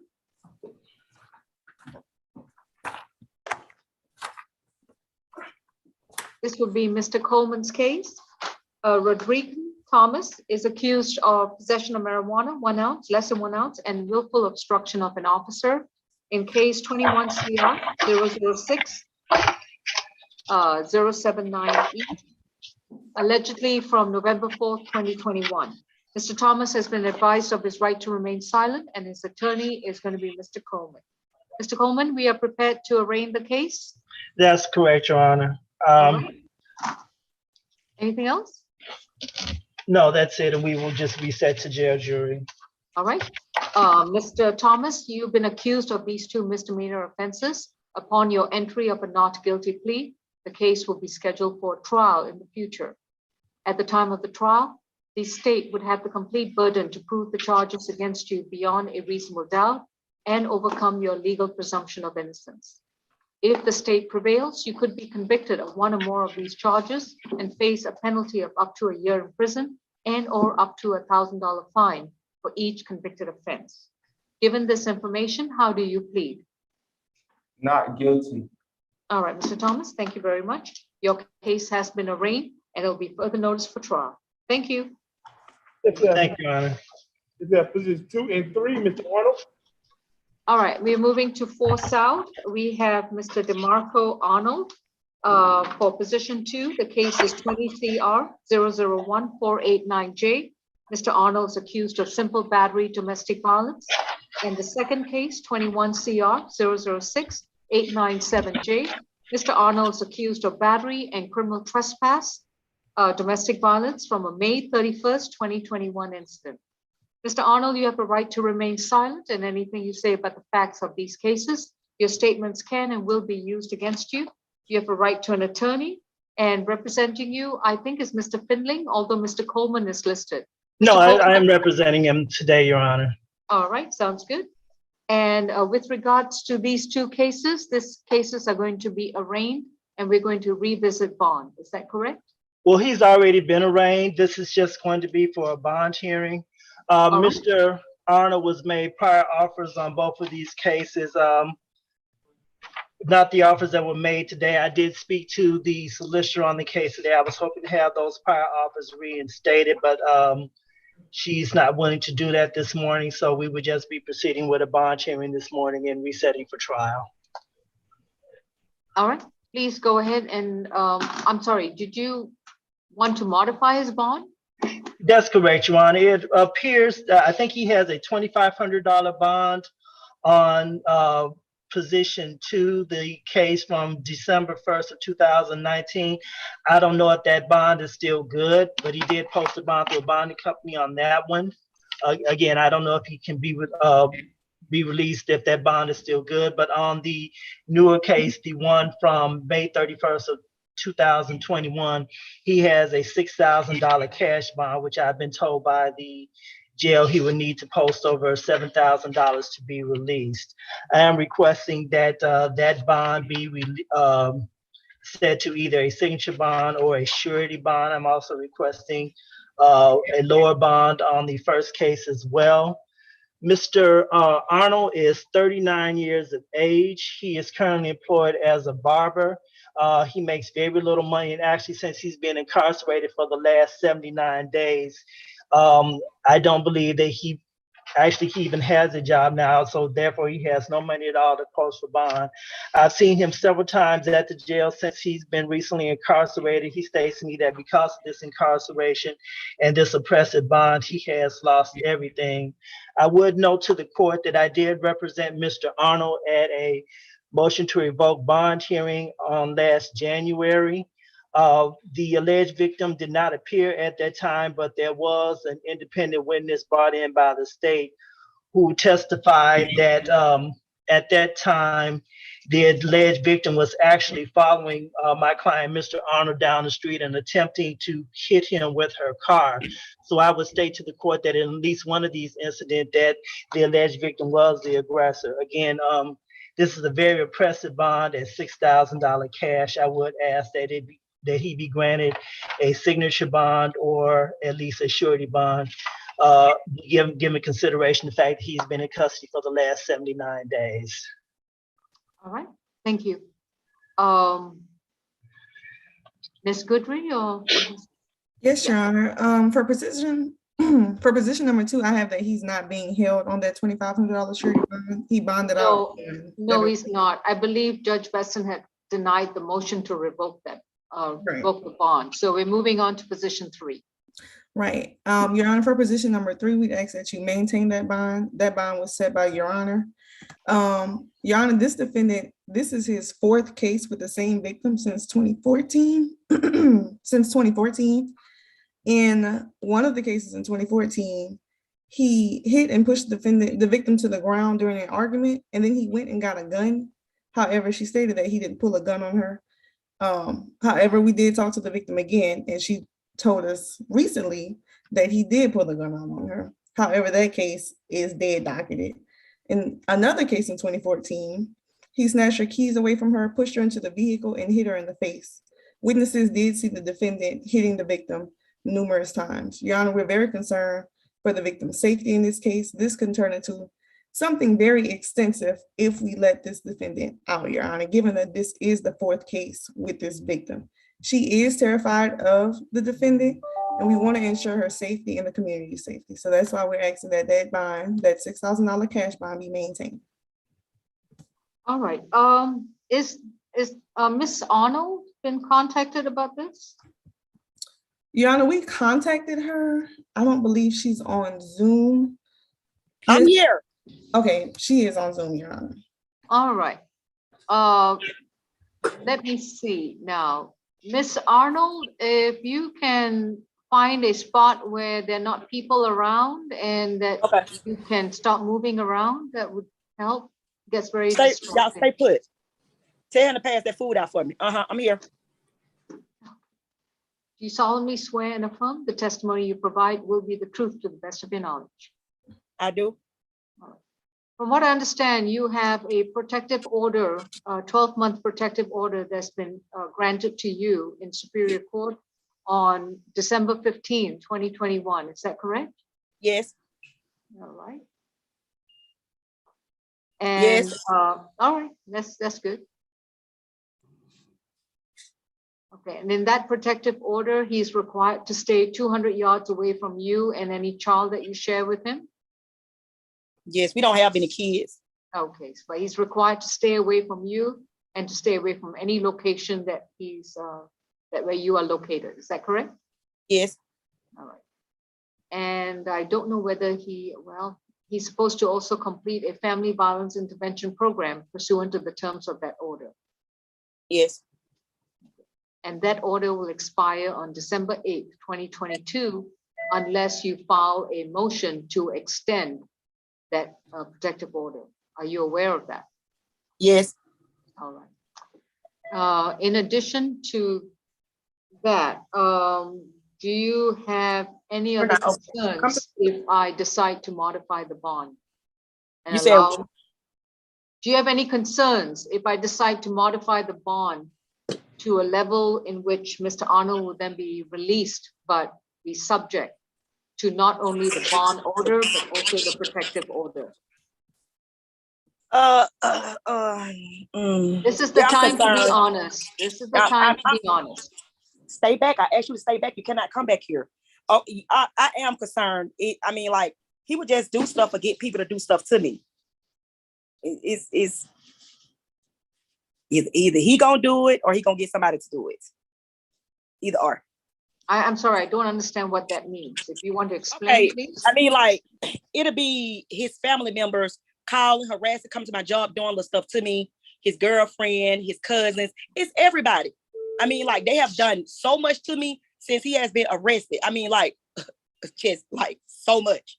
You have a protective order from December 15, 2021 that prevents him or anyone, any third party from contacting you or being on his behalf. So has that occurred? Has that occurred since December 15? Yes. So what they'll do is they'll make up like numbers and they'll call me from numbers. And I got it on like they'll call me private. Yeah, I'm sorry. I'm gonna object to this. This has no relation to my client. She can't prove that my client is putting anyone up to calling her. Yes, he is. Objection overruled. Thank you. Miss Arnold, I'm not asking you about phone numbers. I'm asking you, has anyone approached you in person? Yeah, okay. Well, his cousin came up to my, I work at Checkers. His cousin came up there trying to talk to me. And I was like, no, I don't choose to talk to him. You know, I don't want to know nothing what's going on about DeMarco or anything like that. And another cousin came up here. So I just avoid them when they come up here.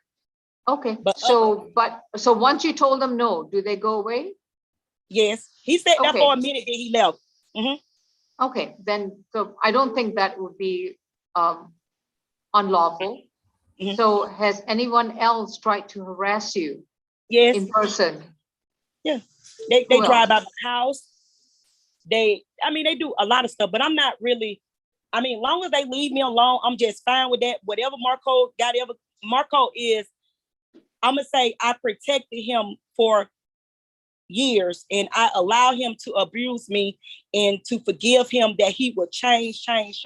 But it's never no change. And when people say that I'm doing something to him, it's in the streets where he don't did something and then I'm chasing him so the police can catch him. That's what that be. Then it's whatever you decide. It is, I'm gonna protect me and I'm gonna protect my family. It has made my life very difficult where I just have to go to work, come home. I have to stay in my house because if not, they'll just call the police, make stuff up on me just to get me in trouble for him. And I'm kind of tired of that. I Again, I'm need going to my object job. to all I'm of about to this. lose my job because of them. They calling my job.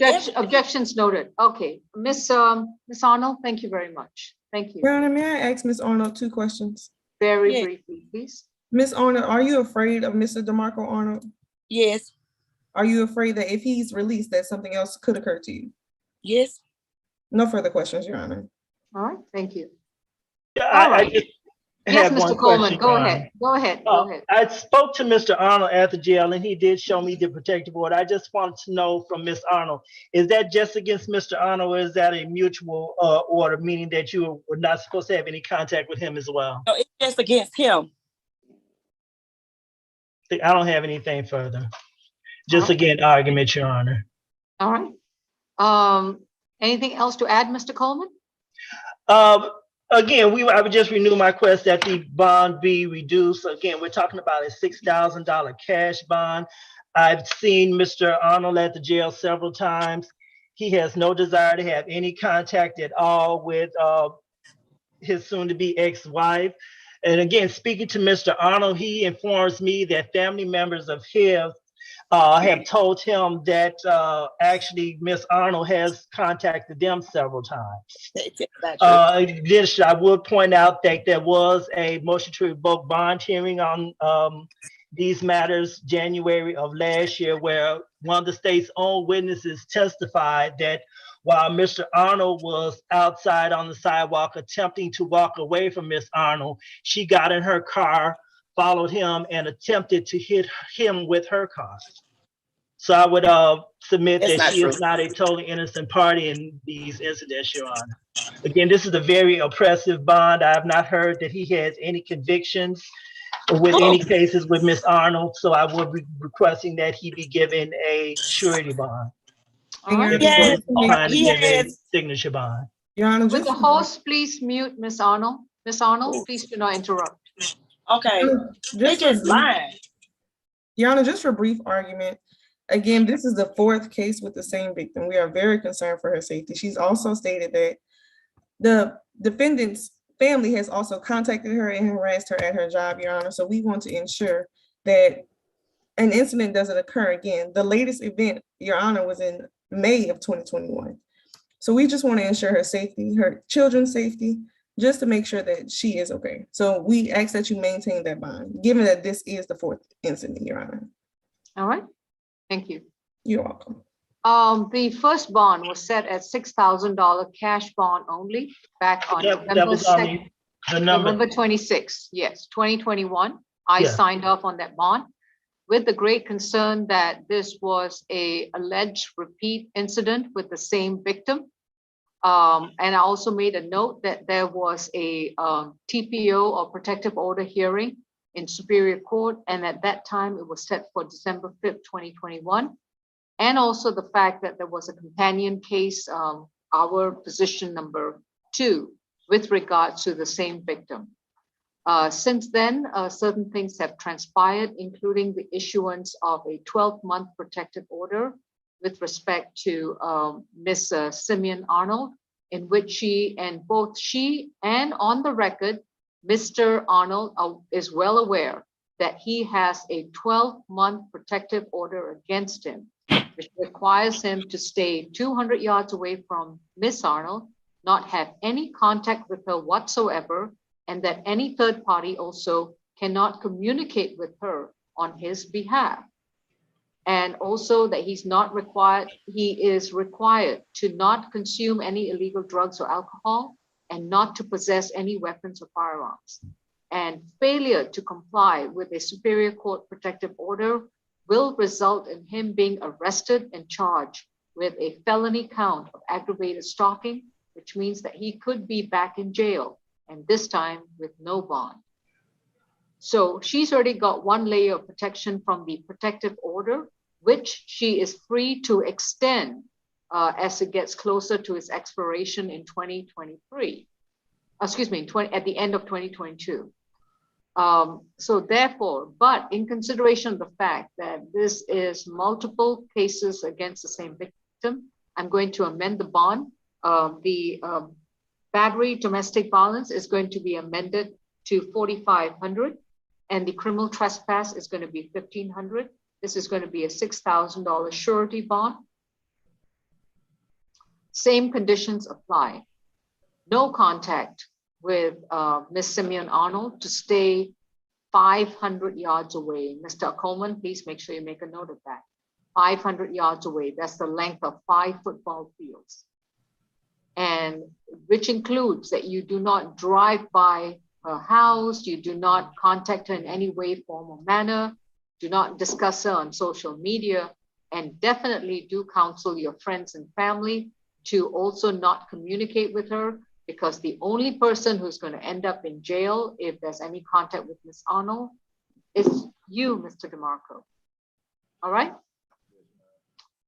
This case is further notice for trial. Thank you, Ron. And again, just want to clarify that the $2,500 bond he has on the first case is still good, and the only thing he would need to post is the bond on the second one? Yes. Okay. Thank you. So do you understand that, Mr. Arnold? Yes, sir. Okay, so now you just need to go through a bonding company, pay 10 to 13% of the $6,000, and you should be able to be released, sir. I will contact Mr. Howard in my office. I think he's going to prepare the bond order. And Ms. Simeon, if you do see anyone that you believe is harassing you, please make sure that you document that, at least the date and the time and the alleged individual. It would be better if you're able to document it with a cell phone photograph or video. Okay? All right, good luck. Thank you. Yes, we Thank you. Court 4 South, do we have anyone else? We do. Position number 23, Mr. Newton. 23.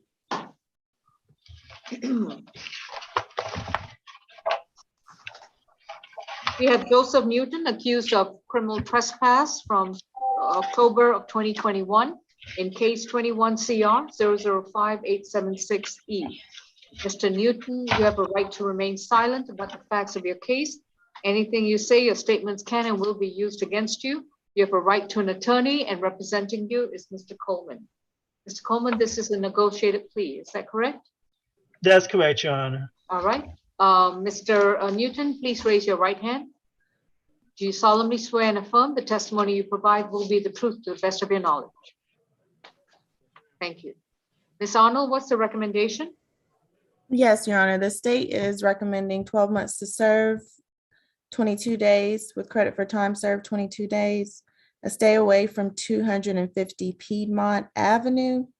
We're requesting that the defense counsel have a social worker see the defendant and the balance be suspended. How am I going to do that if I'm suspending the balance? This is a time served plea and stay away.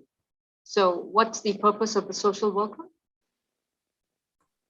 Your Honor, we were just trying to ensure that the defendant had some assistance because it looked like the criminal trespass was from homelessness, but we are fine with a time served.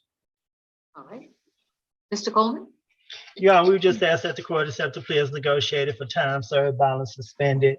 We will stipulate to a factual basis as well as venue and ID. Thank you. Mr. Newton, if you could, do you understand the proceedings that are happening so far? You need to say yes or no.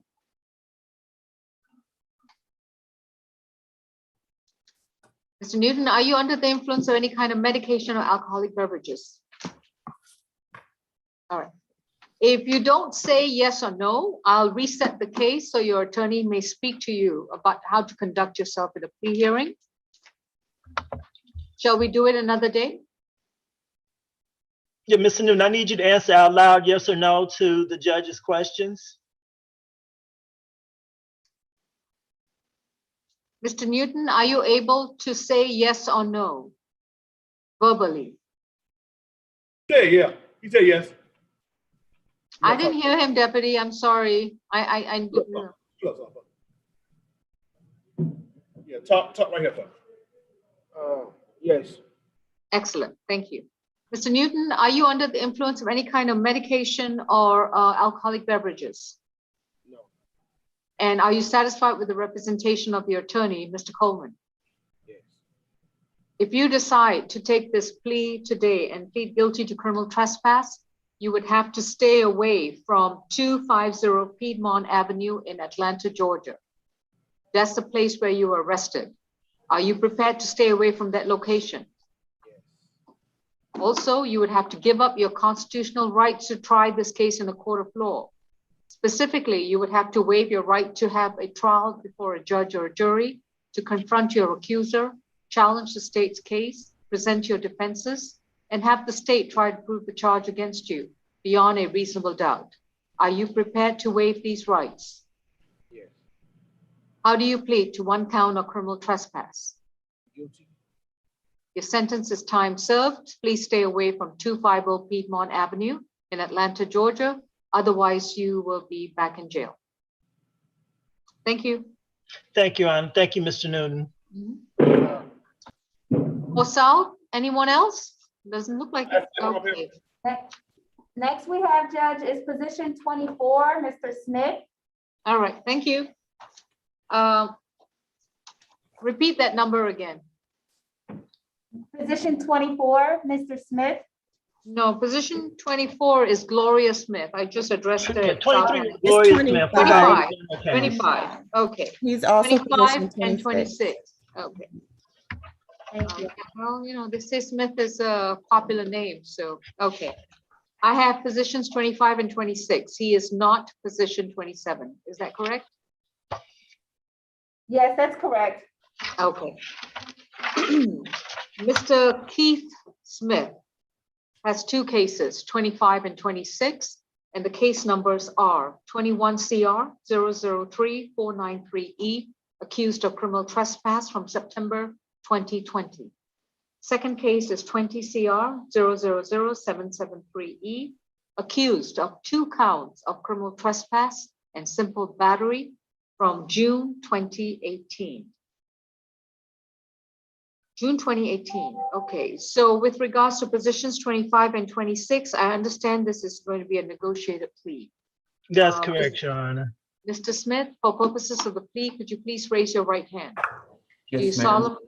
solemnly raise your right? Is it up? Yep, okay. Do you solemnly swear and affirm the testimony you provide will be the truth to the best of your knowledge? Yes, ma'am. Thank you. All right. Ms. Arnold, what's the recommendation for the 2 cases? Yes, Your Honor. The recommendation is 12 months to serve 60 days, credit for time served 8 days, stay away from 219 Mitchell Street, as well as 170 Mitchell Street Southwest, with restitution to be determined and the balance probated.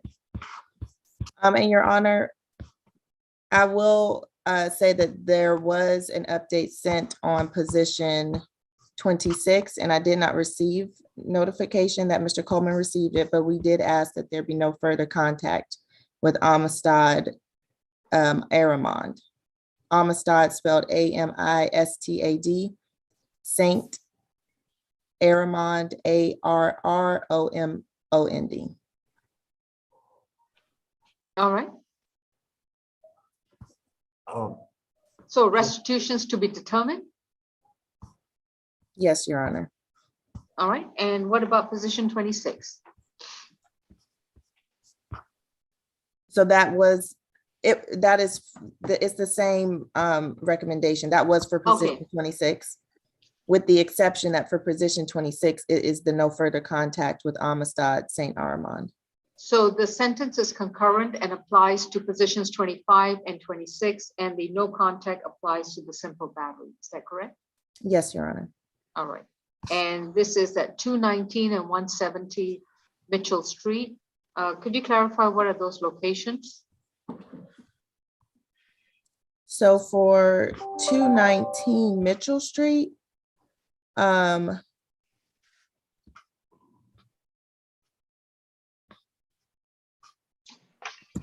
me take a look because it didn't say specifically in the report.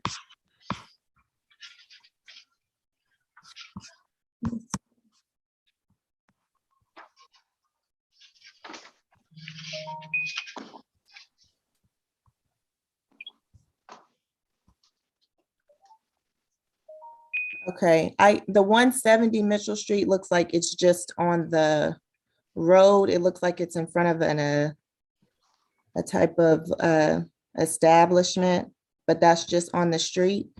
For position number 26 for 219 Mitchell Street, the facts say that Mr. Aramond went there to collect items from the defendant. What? Don't say anything, Mr. Smith, at this time. All right, so the accusations pretty much were the allegations that he damaged the vehicle and the clothing of Mr. Aramond or Amistad. Amistad Aramond for position 26. I have Amistad SD-Aramond. Yes. Okay, so it looks like this was a situation that occurred with regards to personal property as opposed to staying away from a location. Yes, Your Honor. So I'm not sure what the stay away is going to provide. So I had a question on position 26. I'm not sure where the specific address of 219 Mitchell Street. If that's not it doesn't appear that that is the victim's address because it says that he went there to collect items from the defendant. So we would not be opposed if Your Honor does not grant the stay away on that case. And then for position number 25, though that is a different offense. And that involves a Shantoria? Yes, a Shantoria Murray and Jerome Swain, and that just happened on the street. Yes, it does seem to be all personal property related, allegedly vehicles or something to that effect.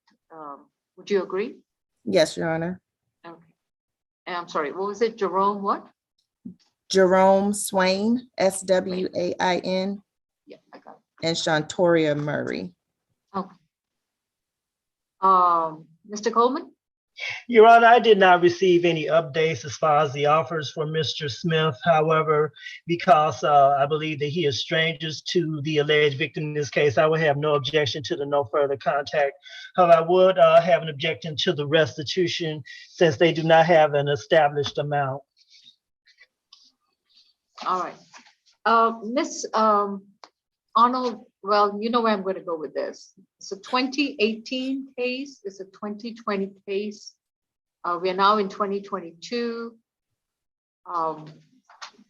Vehicles either had to have been fixed or at least get a receipt for an estimate of damages long before this hearing was held. So I'm not going to allow for the restitution. That's a subject that I'm going to reserve for the victims. Who should have filed a civil cause of action within 2 years of the alleged incident.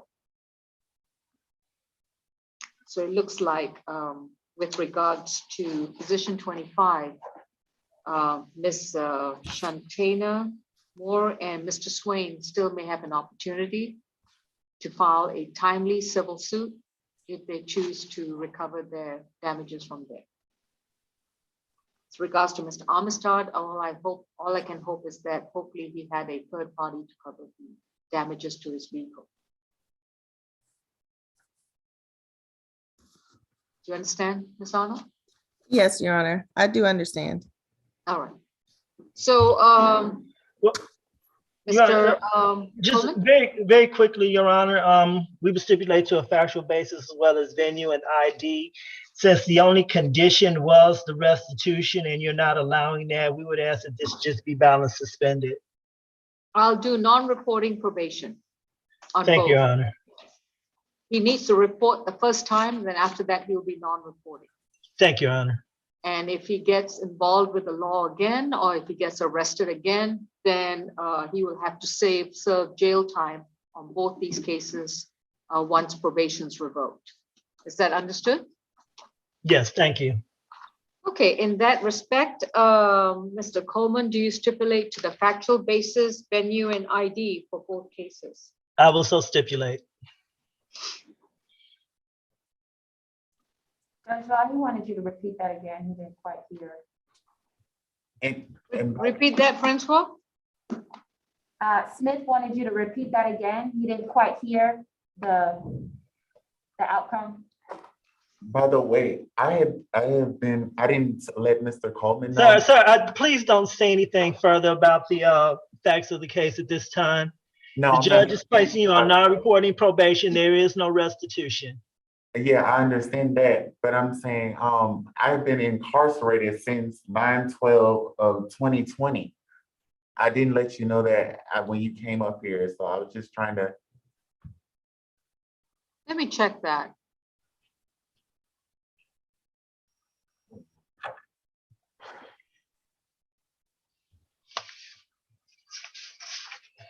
Mr. Keith Lavelle Smith Yes, ma'am. was booked in the Fulton County Jail on February 3rd, 2022. I've been bouncing from DeKalb County to DeKalb County to prison to Richmond County to Richmond County to here. Were you I'm being only held gonna- on these charges on those facilities, sir? No, sir. Okay.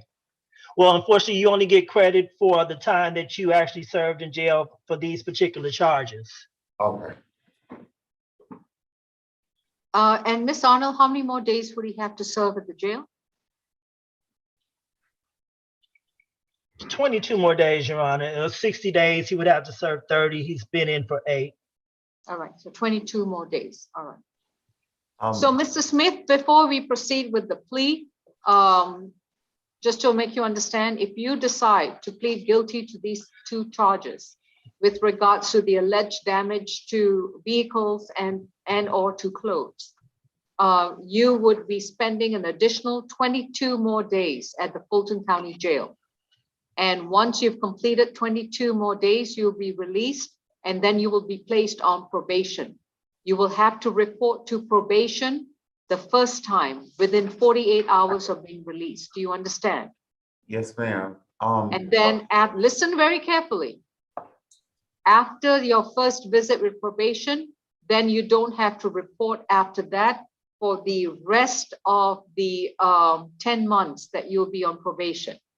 Yes, ma'am. You will be this. I'll let you know when you can speak. How's that? Okay. All right. For the 10 months that you are on probation, you report the first time. After that, you will be on non-reporting probation.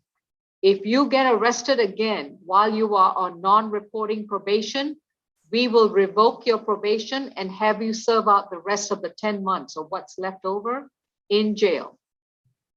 Okay. That means you cannot afford to get arrested for the next 10 months. Yeah. Understood? Yes. All right. Can I ask a question? Now you may. Thank you. Amistad is supposed to be my fiance. So I'm saying, do I have to stay away from him? Yes. Unless he contacts the court or solicitor and says that he wants to have contact with you, sir. Okay. But you cannot contact him in any way, form, or manner. So with regard to that, do you still want to proceed? Yes, ma'am. Okay. So Mr. Keith Smith, with regards to both cases, first of all, I'm going to assume that you were not under the influence of any kind of medication or drugs or alcohol. Yes, ma'am, I'm not. Okay, and are you satisfied with the representation of your attorney, Mr. Coleman? Yes, ma'am. If you decide to plead guilty to the charges brought against you in both these cases, you would have to give up your constitutional right to go back to court, to have a trial before a judge or a jury, to have the assistance of counsel to challenge the state's case, to present evidence of your defenses, confront your accuser, examine witnesses, as well as have the state try to prove the charges against you beyond a reasonable doubt. Are you prepared to waive these rights? Yes, ma'am. How do you plead to one count of criminal trespass occurring on September 12, 2020? Guilty. How do you plead to 2 counts of criminal trespass causing damage to property and 1 count of simple battery on June 17, 2018? Repeat. Guilty. Your sentences are going to run concurrent for both cases, and your sentence is 12 months to serve 60 days. Credit for time served, 8 days. That means you have 22 more days to serve at the jail for both these cases. Once you've completed that time, you will be released. You must report to probation within 48 hours of being released. You will report the first time, and every subsequent time for the rest of the 10 months, your probation will be non-reporting. I will waive your probation fees for the first visit. You are to have no contact with Armistead St. Armand, no contact with Sharina Murray. Is that correct, Ms. Arnold? Antoria. Sharina Antoria, is that correct? It's Shantoria. Oh, sorry. Shantoria Murray, Yes. is that correct? Okay. Yes, Your Honor. And the third person from whom you have to stay away is Mr. Jerome Swain. With regards to all these 3 individuals, you're to stay 200 yards away from them. You're not to contact them in person through any kind of cell phone, computer device, third party, or any social media. Understood? Yes, ma'am. All right, good luck, sir. Thank you. Thank you. Thank you, Mr. Smith. Thank you, Your Honor. Okay. Next case, Francois. Position 10, Greer.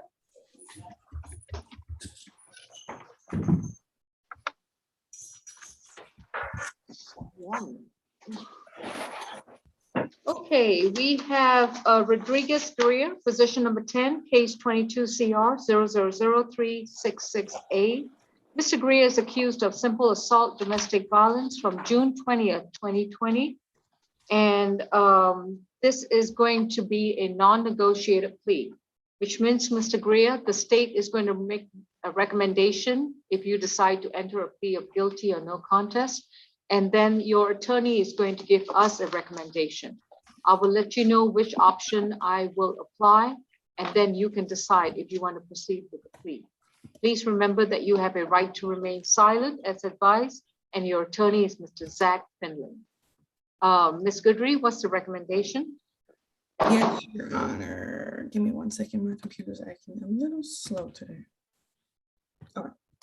So the recommendation is 12 months, 32 days, 16 days credit for time served. The balance is probated. It will be non-reporting after the conditions are complete. A family violence intervention program, 60 hours of community service, no alcohol, drugs, or weapons, and no further contact with Teresa Greer. As stated from the defense, the only issue is a no further contact. Your Honor, we've tried to contact Ms. Teresa Greer, but the attempt was unsuccessful and the number does not work. So since we have not had contact with Ms. Greer, we are asking for the no further contact. The defendant's criminal history dates back to 2001, and his last conviction was 2018 for 2 local ordinances. So with the no further contact, we haven't had contact, so that's why we're asking for it. All right then. Mr. Finley, I believe the issue is the no further contact. Yes, that's correct, Judge Law. Yeah, the only thing at issue here is the no further contact, as you stated, with his mother, Teresa Greer. I did speak with Miss Greer last night, and she said that not only does she want contact with her son, but she actually wants him to stay with her once she gets out, and that he plays a pivotal role in taking care of her. So from what he's told me and from what she's told me, that is why we are asking for that they can have contact, Judge. I'm agreeable to no violent contact, but he cannot stay with her. He needs to Okay. stay away from the location as long as he's on probation. Okay, sounds good, Your Honor. Please unmute courtroom 2. Mr. Rodriguez-Guerrero, if you decide to move forward with this plea, I'm accepting your the defendant's recommendation of no further violent contact with Teresa Greer. But while you are on probation, active and non-reporting, you cannot reside at wherever Ms. Greer lives. Is that something that you would like to move forward with? Yes, ma'am. With the understanding that you cannot live with your mother? Yes, ma'am. With the understanding that any contact with mom has to be non-violent. In other words, no arguments and definitely no physical altercations. Yes, ma'am. All right. Mr. Greer, if you please raise your right hand. Do you solemnly swear and affirm the testimony you provide will be the truth, best of your knowledge? Yes, ma'am. And Mr. Findling, on a non-negotiated plea, do you stipulate to the venue and ID? Yes, Judge. Mr. Greer is accused of simple assault, domestic violence with regards to this particular plea. Mr. Greer, are you under the influence of any kind of medication or alcoholic beverages? No, ma'am. And are you satisfied with the representation of your attorney? Yes, ma'am. If you decide to move forward with this plea, you would have to give up your constitutional right to go back to court, to have a trial before a judge or a jury, to have the assistance of counsel to challenge the state's case, confront your accuser, examine witnesses, present your defenses, and have the state try to prove the charge against you beyond a reasonable doubt. Are you prepared to give up these rights? Yes, ma'am. Is anyone forcing you to take a plea today? No, ma'am. How do you plead to one count of simple assault, domestic violence? Yes. Your sentence is 12 months to serve 32 days, credit for time served 16 days. Unless you have any other cases holding you at the jail, you should be released within 24 hours.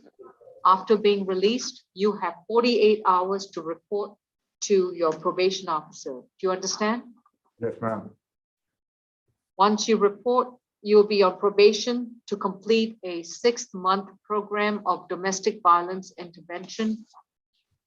You are to complete 60 hours of voluntary community service. You're not to consume any illegal drugs and no alcoholic beverages, and you definitely cannot possess any weapons or firearms. Understood? Yes, ma'am. You may have no further violent contact with Ms. Teresa Greer, which means no physical and verbal altercations that might get the authorities involved. And you cannot reside. In other words, you cannot live under the same roof with Ms. Greer as long as you are on probation, whether it's active or non-reporting. Understood? Yes, ma'am. Your probation fees shall be waived for the first 8 months that you are on probation. Yes, ma'am. And after you've completed the FVIP program, community service, your probation may be non-reporting. Yes, ma'am. Do you have a question about your sentence? No, ma'am. But I didn't think I had to take a 6-month program. I thought I had to take one class. Family Violence Intervention Program is a 6-month-long program. If you do not want to accept that, I'm going to give you an opportunity to withdraw your plea now. I accept it, ma'am. All right, that concludes this case. Thank you.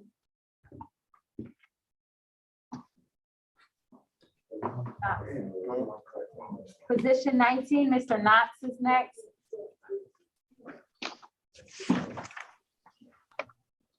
Charles Knox is accused of criminal trespass in 22 CR 000-456F from January 1st, 2022. Mr. Knox, you've been advised of your right to remain silent. Your attorney is Mr. Findlay. Well, actually, it's me, Your Honor. Mr. Coleman, excuse me. Your attorney is Mr. Coleman. With regard to this is going to be a negotiated plea. Mr. Knox, if you can unmute, please raise your right hand. Do you solemnly swear and affirm the testimony you provide will be the truth to the best of your knowledge? Yeah, ma'am. Thank you. All right, Ms. Arnold, what's the recommended plea?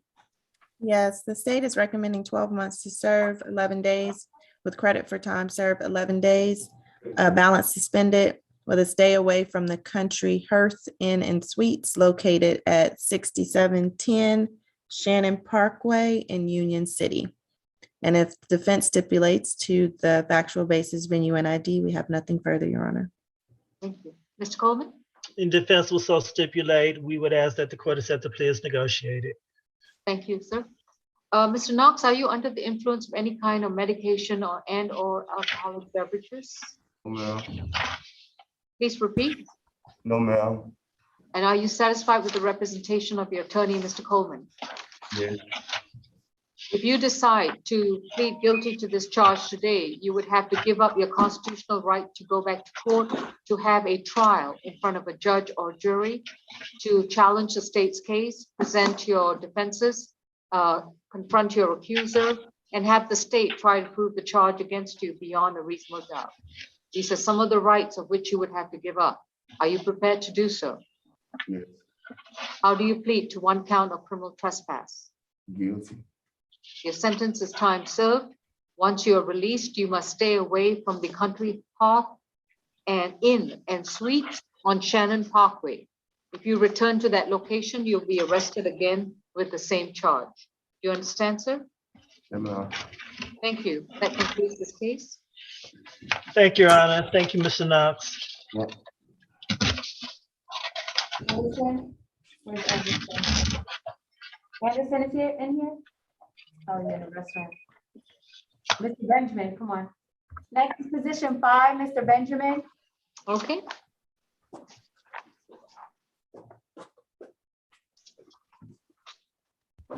Mr. Randy Benjamin, 21 CR 0000213Y, is accused of 2 counts of simple battery domestic violence from January 18, 2021. Mr. Benjamin has been advised of his right to remain silent, and his attorney is Mr. Zach Findling. This is going to be a non-negotiated plea, so I'm going to hear from both sides as to what the recommendation is, and I will let you know which option I will apply before Mr. Benjamin proceeds with the plea. Ms. Your Goodwin? Honor. Yes, Mr. Findling? Yes, Judge Law, I stand corrected. This is actually going to be a negotiated plea. Oh, okay, thank you. In that case, Mr. Benjamin, if you please raise your right hand.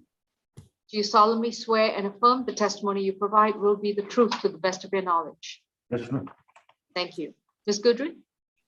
Yes, Your Honor, the state's recommending 12 months, 48 days, 24 days, credit for time served. The balance is probated, a family violence intervention program, 40 hours community service, no further contact with Carol Cruz, a stay away from 569 Lawton Street, Atlanta, no alcohol, drugs, or weapons, and both counts are to run concurrent with the recommendation.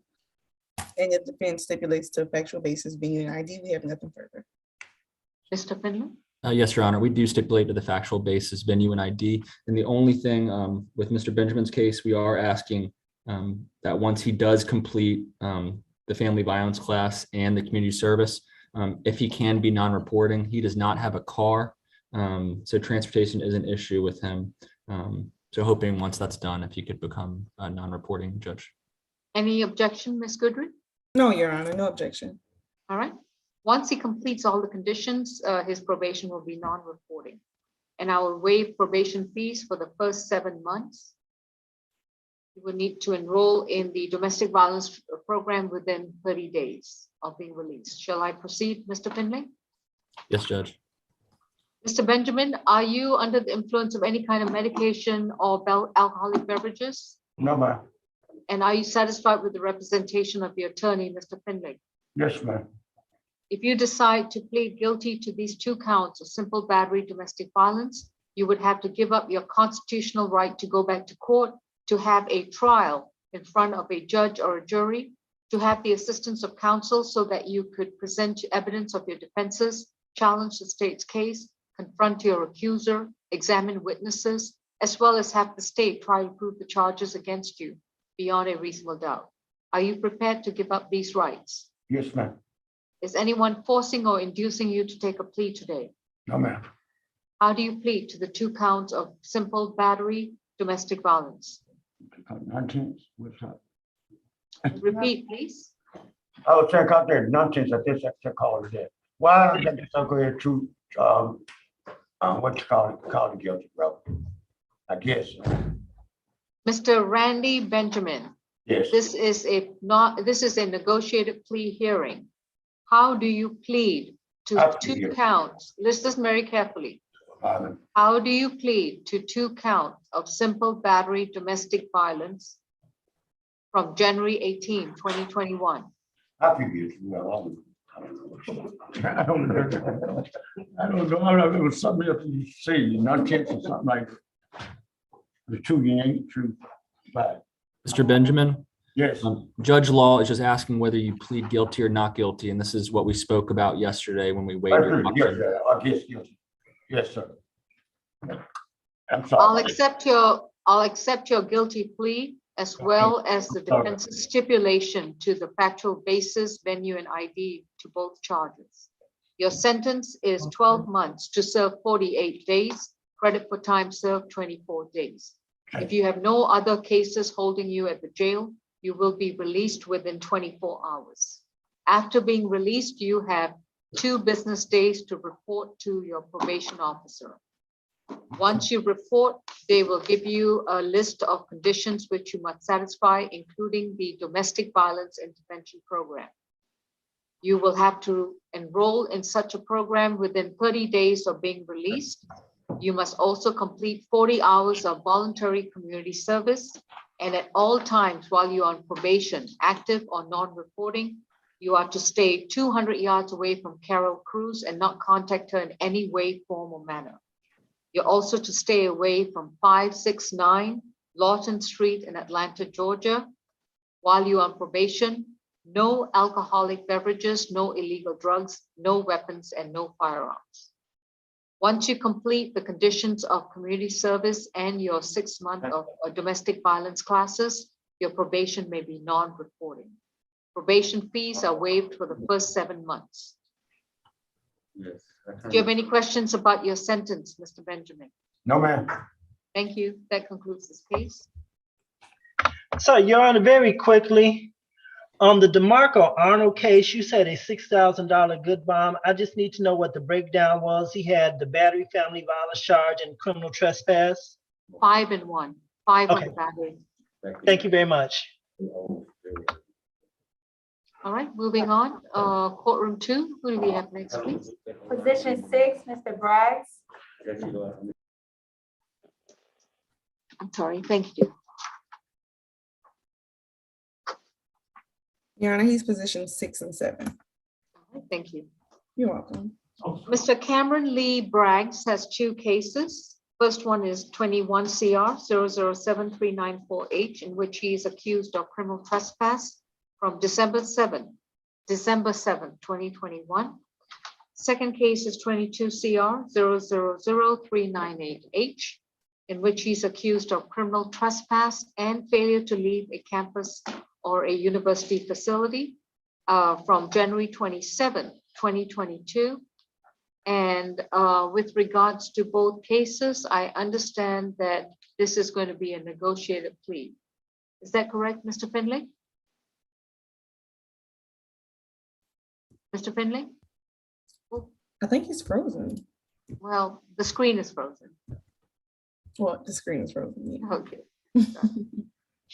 Mr. Finley, you're back with us? I'm back with you. I was gone there for about 20 seconds. I'm sorry. Okay. Well, Mr. Braggs was just advised of the 2 cases pending against him, and he's been advised of his right to remain silent, and that his attorney is Mr. Finley. All right, this is going to be a negotiated plea. So, Mr. Braggs, if you please raise your right hand. Do you solemnly swear and affirm the testimony you provide will be the truth to the best of your knowledge? Yeah. Yes, Your Honor. Thank you. Thank you. All right, Ms. Goodry, this is going to be a concurrent plea recommendation for both cases. And what is that recommendation?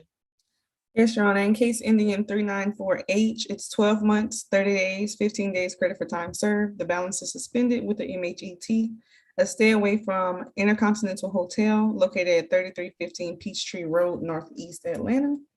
For 398H, 12 months, 34 days, 17 days credit for time served. The balance is suspended with the MHET. A stay away from 264th Street, Atlanta, which is Crossland Library at Georgia Tech. And all counts on that charge, on that case, is to be run concurrent. All right. Just as a tip, if you are imposing any evaluations or programs on your plea recommendation, I have to put them on probation to assure I cannot suspend the sentence. Now, I can suspend the sentence after they've completed the program recommended by the state. So we can forfeit the MHET. okay. So MHET is off the table. Mr. Finley? Yes, Your Honor. And we do agree to the state's recommendation and additionally stipulate to the venue, factual basis, and ID, Judge. All right, thank you. Mr. Braggs, with regards to these two cases, if you decide to plead guilty to the charges brought against you, you would need to stay away from the entire Intercontinental Hotel on Peachtree Street, as well as stay away from the Crossland Library that belongs to Georgia Tech University. Is that your understanding? Or am I pleading to the Intercontinental criminal trespass? Criminal trespass. Yeah, that was, I already got my time served for that. Let's see. I'm asking you, why am I pleading to that? She said she's gonna check and see.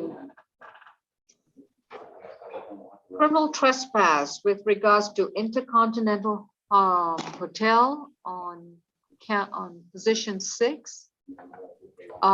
You were addressed on December 8th, 2021. You got a signature bond for that case on December 8th, 2021. And then on January 28th, 2022, you were arrested for the Georgia Tech incident, and your signature bond was surrendered, which means you don't have a signature bond. There has been no plea entered in the Intercontinental case. That is still open and active. All that happened was that your signature bond was revoked because of your arrest at the Crossland Library. No plea has been entered. I'll plead to time served for both accounts. Yes, Mr. Braggs, these are the two cases that we went over yesterday, and I explained to you that both were going to be time served and balance suspended. It's time served for both cases, but you are required to stay away from the Intercontinental Hotel. You cannot return to that hotel. You cannot return to its parking lots, its sidewalks. You have to stay 200 yards away from the hotel, which is the length of 2 football fields. Okay. And with regards to the Crossland Library, you have to do the same thing. You cannot return to that library, and you cannot enter the location. Okay. So do you still want to proceed with the pleas for both these cases? I'll do that. Thank you. Yes or no? Yes. Are you under the influence of any kind of medication or alcoholic beverages? No, Your Honor. And are you satisfied with the representation of your attorney, Mr. Zach Finley? Yes. If you decide to plead guilty to both these cases, you would have to give up your constitutional right to go back to court, to have a trial before a judge or a jury, to confront your accusers, to have the assistance of an attorney to challenge the state's case, to examine witnesses, and have the state try to prove the charges against you beyond a reasonable doubt. Are you prepared to give up these rights? Yes. And is anyone forcing you or inducing you to take a plea for both these cases? Yes. Who is forcing you or inducing you to take a plea? No one. So that would be a no? No, yeah, nobody's forced me to do this plea right now. How do you plead to criminal trespass at the Intercontinental Hotel? Guilty. How do you plead to one count of criminal trespass and failure to leave a university facility with regards to the Crossland Library? Guilty. Repeat. Guilty. Accept your guilty pleas. Your sentences are going to be concurrent. It's time served, balance suspended, and you are noticed that you have to stay 200 yards from the locations I've identified. Thank you. Okay. Okay, Mr. Halium? Hallam? Yes, ma'am. We have Mr. Hallam, position 11, 12, and 13. All right, thank you.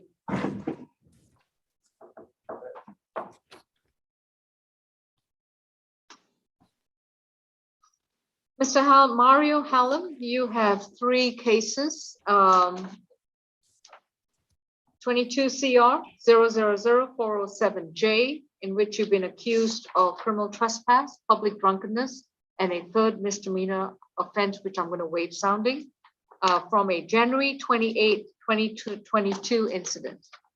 Your second case is from July 12, 2021, in which you've been accused of public drunkenness and criminal trespass, and 21 CR 003-405J. In your third case, in which you have been accused of criminal trespass, occurred on July 25th, 2021. And that case number is 21 CR 003-802J. All 3 cases involve incidences occurring at Marta property. With respect to all 3 cases, you've been advised of your right to remain silent, and your attorney is going to be Zach Finley. All right, Mr. Finley, with regards to positions 12 and 13. So I can go ahead and tell you, Judge Law, if I could for 1 second. Yeah. The only thing at issue for these is going to be the stay away. We do not oppose anything else that's on there. We just wanted to be heard on the regards to the stay away. All right, and are there any active suspensions against Mr. Hallam at the present time? Any MARTA suspensions? Not that I know of, Your Honor. The last I saw, the suspension ended on September 4th, 2021. All right. So that's the only suspension that you know of? Yes, Your Honor. All right.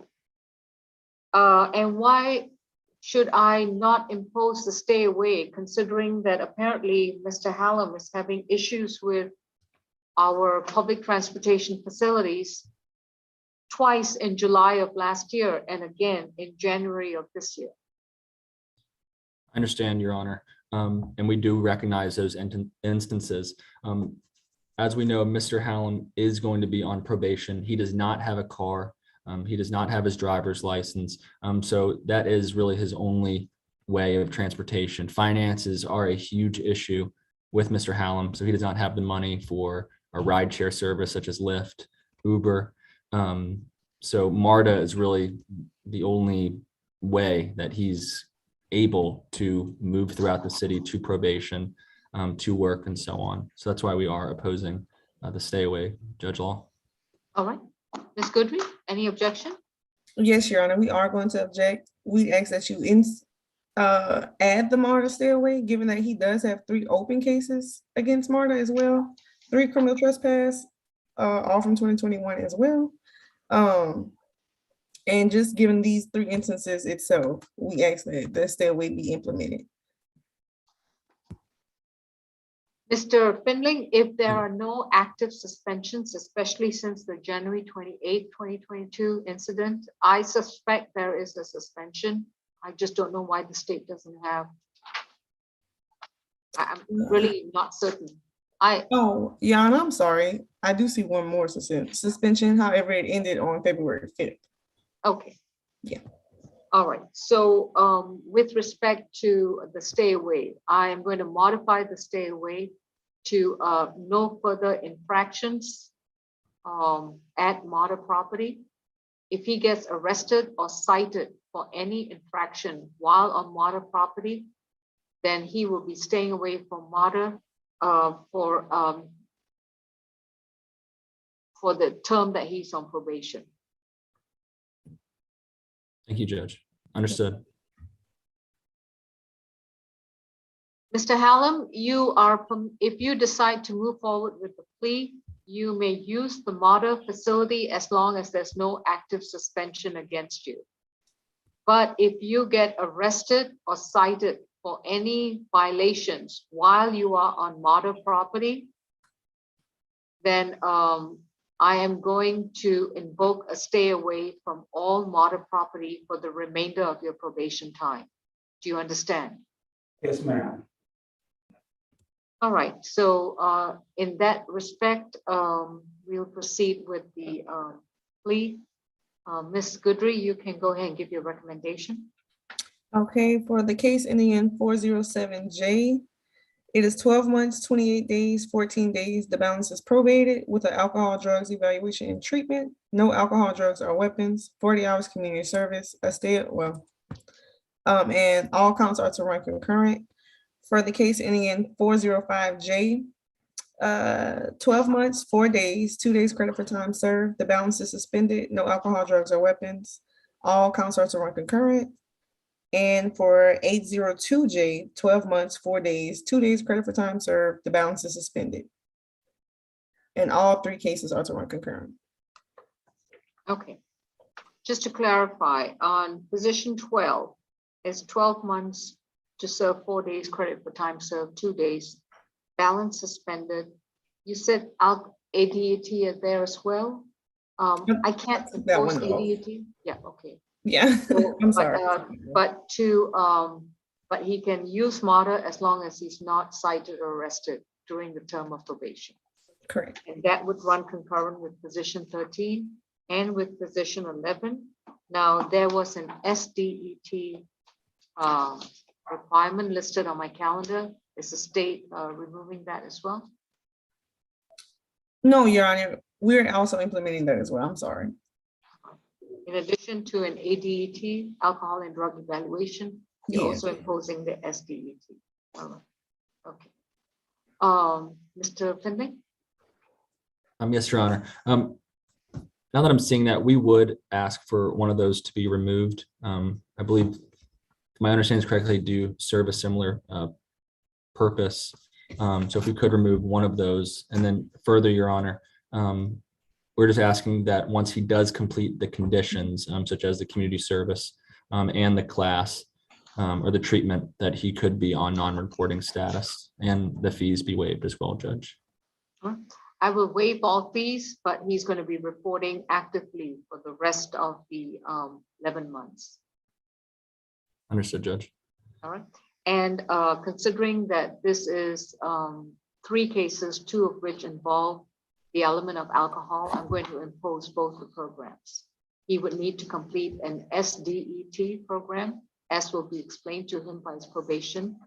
And he will also need to complete an alcohol and drug evaluation and submit himself to any treatment if required, in addition to which he cannot consume any illegal drugs and no alcoholic beverages for the next 11 months. Thank you, Judge. Understood. All right, so in that respect, Mr. Hallam, if we could unmute courtroom 2, would you like to proceed with your plea? Yes, Your Honor. All right, do you understand the restrictions and the conditions of your sentence if I impose them? Yes, Your Honor. All right, Mr. Finling, do you stipulate to venue and ID? Yes, Judge. Mr. Hallam, please raise your right hand. Do you solemnly swear and affirm the testimony you provide will be the truth to the best of your knowledge? I do. Mr. Hallam, are you under the influence of any kind of medication, illegal drugs, and or hopefully not alcoholic beverages? No, I'm not. And are you satisfied with the representation of your attorney, Mr. Finley? Yes, Your Honor.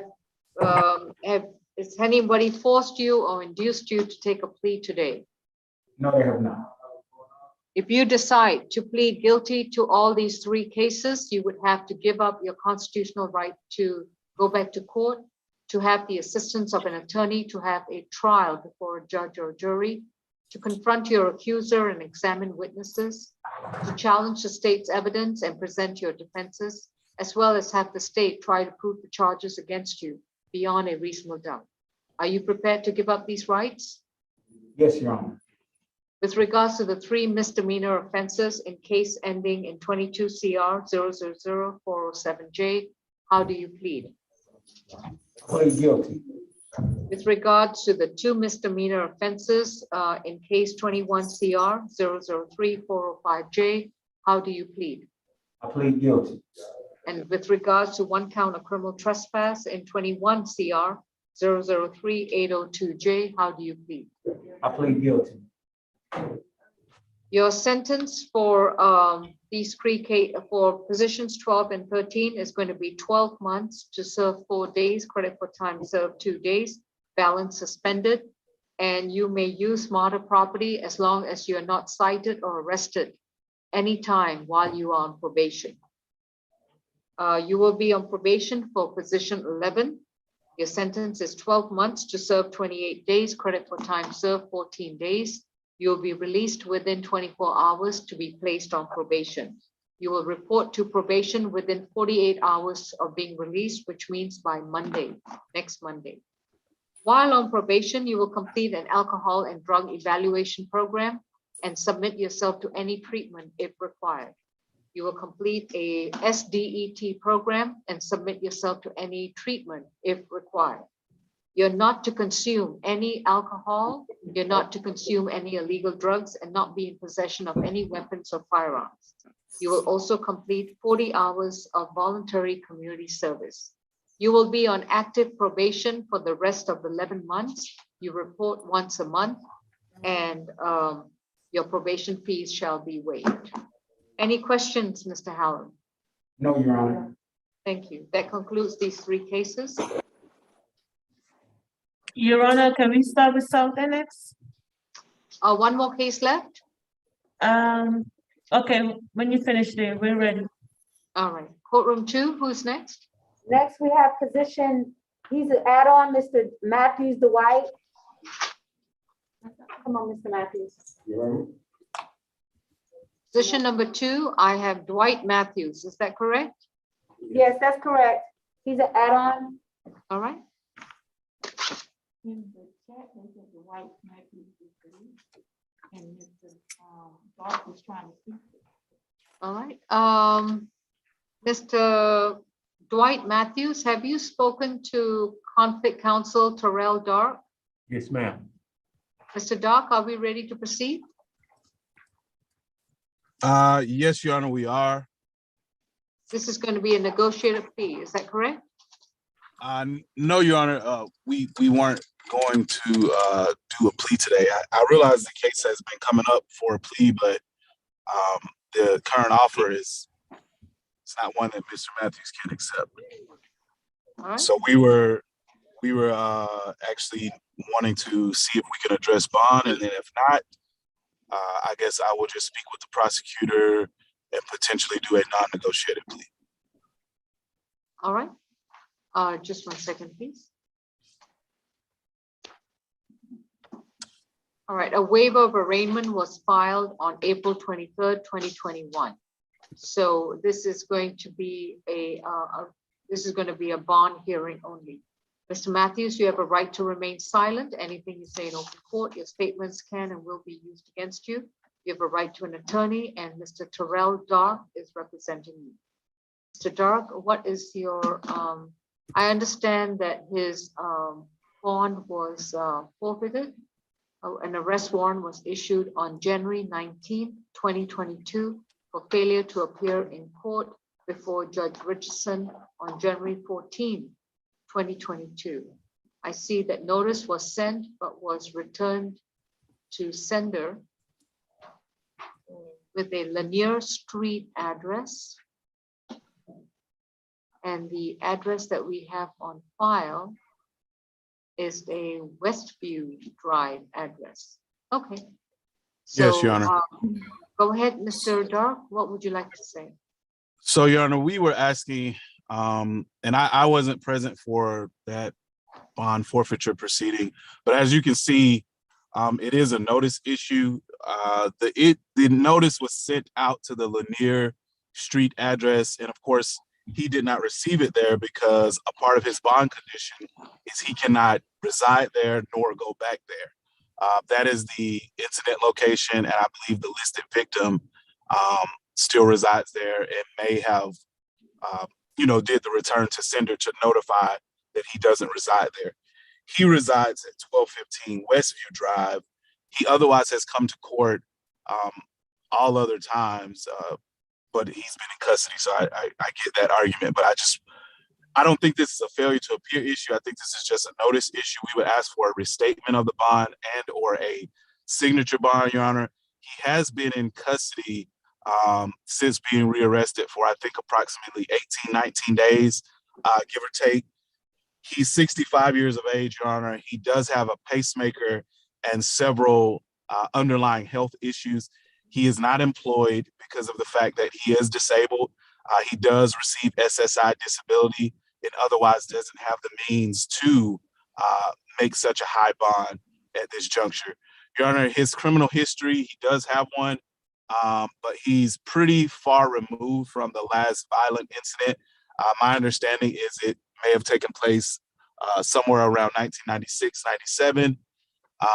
And in this particular incident, I do believe that there will be certain arguments that he has available to himself, whether it be defense of others or self-defense.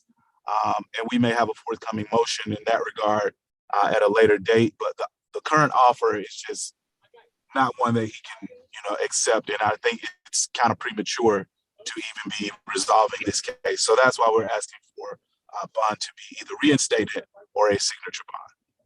All right, thank you. Ms. Good. Yes, Your Honor, we're not in agreement with the signature bond. However, we do understand that a cash bond is kind of excessive, so we would agree with a surety bond. This is the defendant's second case with the same victim, the last being in March 6, 2020. And in that case, he kicked the victim and pushed her into the washing machine where she sustained a swollen bloody lip and a swollen right eye, which is similar to this case where he punched her in the mouth, causing her to bleed over again. So again, Your Honor, we do understand that a cash bond is excessive. However, we would be in agreement with the surety. And we would like to note that it is the defendant's obligation to make sure that his address is correct with the clerk. So that's why we're making such that. Okay. We did issue a surety bond back on April 23rd, 2021, $1,500 good bond. And I'm not certain when the address was updated on the system, but I'm going to give the defendant the benefit of doubt. A bond is going to be modified to a 2,500 signature bond through the jail. And Mr. Matthews, I'm going to modify your bond to a signature bond through the jail, which means you don't have to pay for your bond, but you need to comply with the conditions, which is to stay away from Lanier Avenue and stay away from Tamira. Do you understand, sir? No illegal drugs, no alcoholic beverages, no weapons, and no firearms. And if you change your address, you are responsible for coming down to the clerk's office at J150 at 160 Prior Street and make sure that you update your address with us in person. All right. All right, Mr. Dark, what are the chances of you drafting a proposed bond modified order and sending it to us? Terrell, is your screen frozen?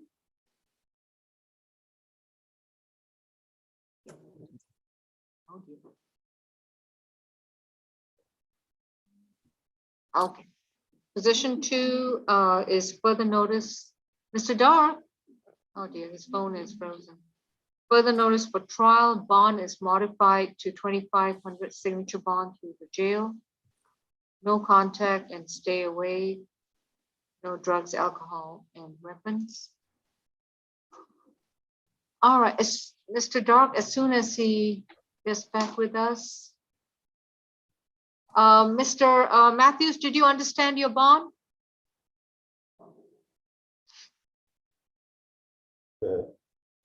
Did you understand your bond? Yes, ma'am. And you have your attorney's contact information? No, ma'am. All right. We will try to get that to you as soon as possible. We'll put that in the order modifying the bond. Okay. And just make sure your address is updated with us at all times, okay? Yes, ma'am. Thank you. You're free to go. Courtroom 2, I'm just going to South Annex 1 second. Who do we have at South Annex? Position 15, Tashawn Harris.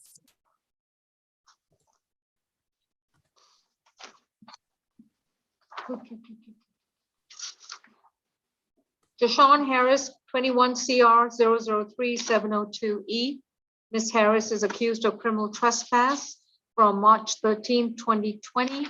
And this is going to be a negotiated plea. Ms. Harris, you've been advised of your right to remain silent. Your attorney is Zach Finley. For purposes of this plea, is this a plea, Mr. Finley? Yes, Judge, this is a negotiated plea. All right. Ms. Harris, please raise your right hand. Do you solemnly swear and affirm the testimony you provide will be the truth to the best of your knowledge? Yes, Your Honor. Thank you. Ms. Goodrich?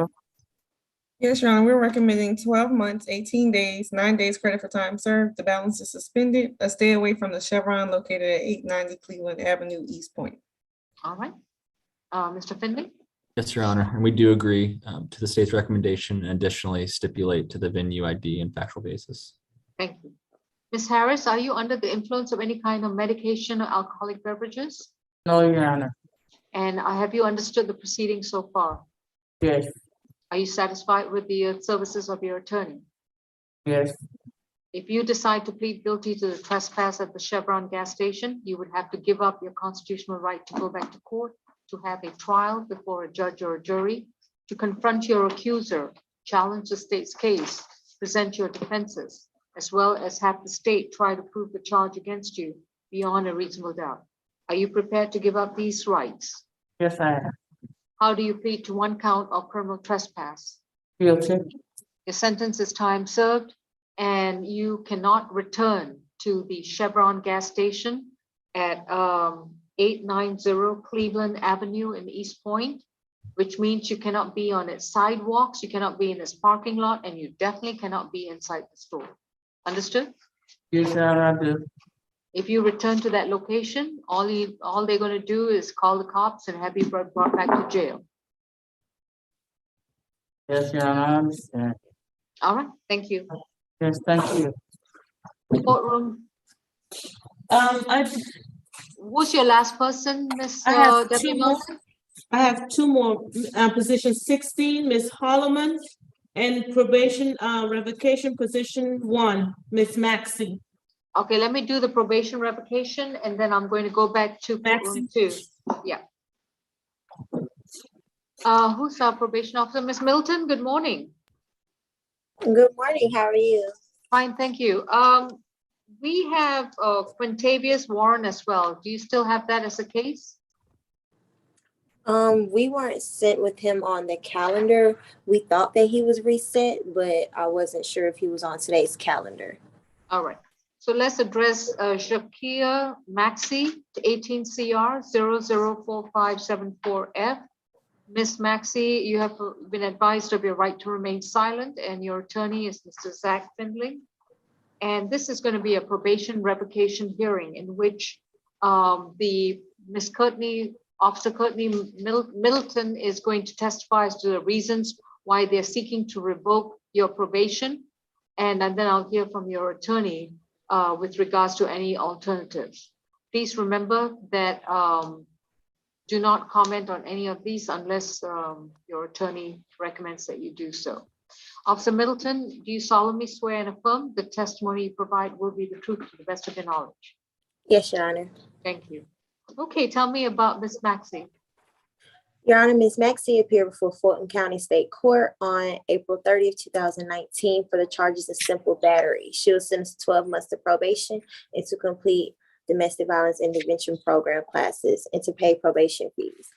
Your Honor, she did not enroll in the class, and there was a prior revocation hearing set for her on the 17th of January, 2020, where she did not appear. She has 2 months and 2 months and 9 days left on probation, and probation is going to recommend that her full balance be revoked. So revoke 2 months and 9 days? Yes, Your Honor. All right. Mr. Finley? Yes, Your Honor. Judge Law, we are asking for her to be able to continue probation and obviously oppose that the 2 months and 9 days be revoked.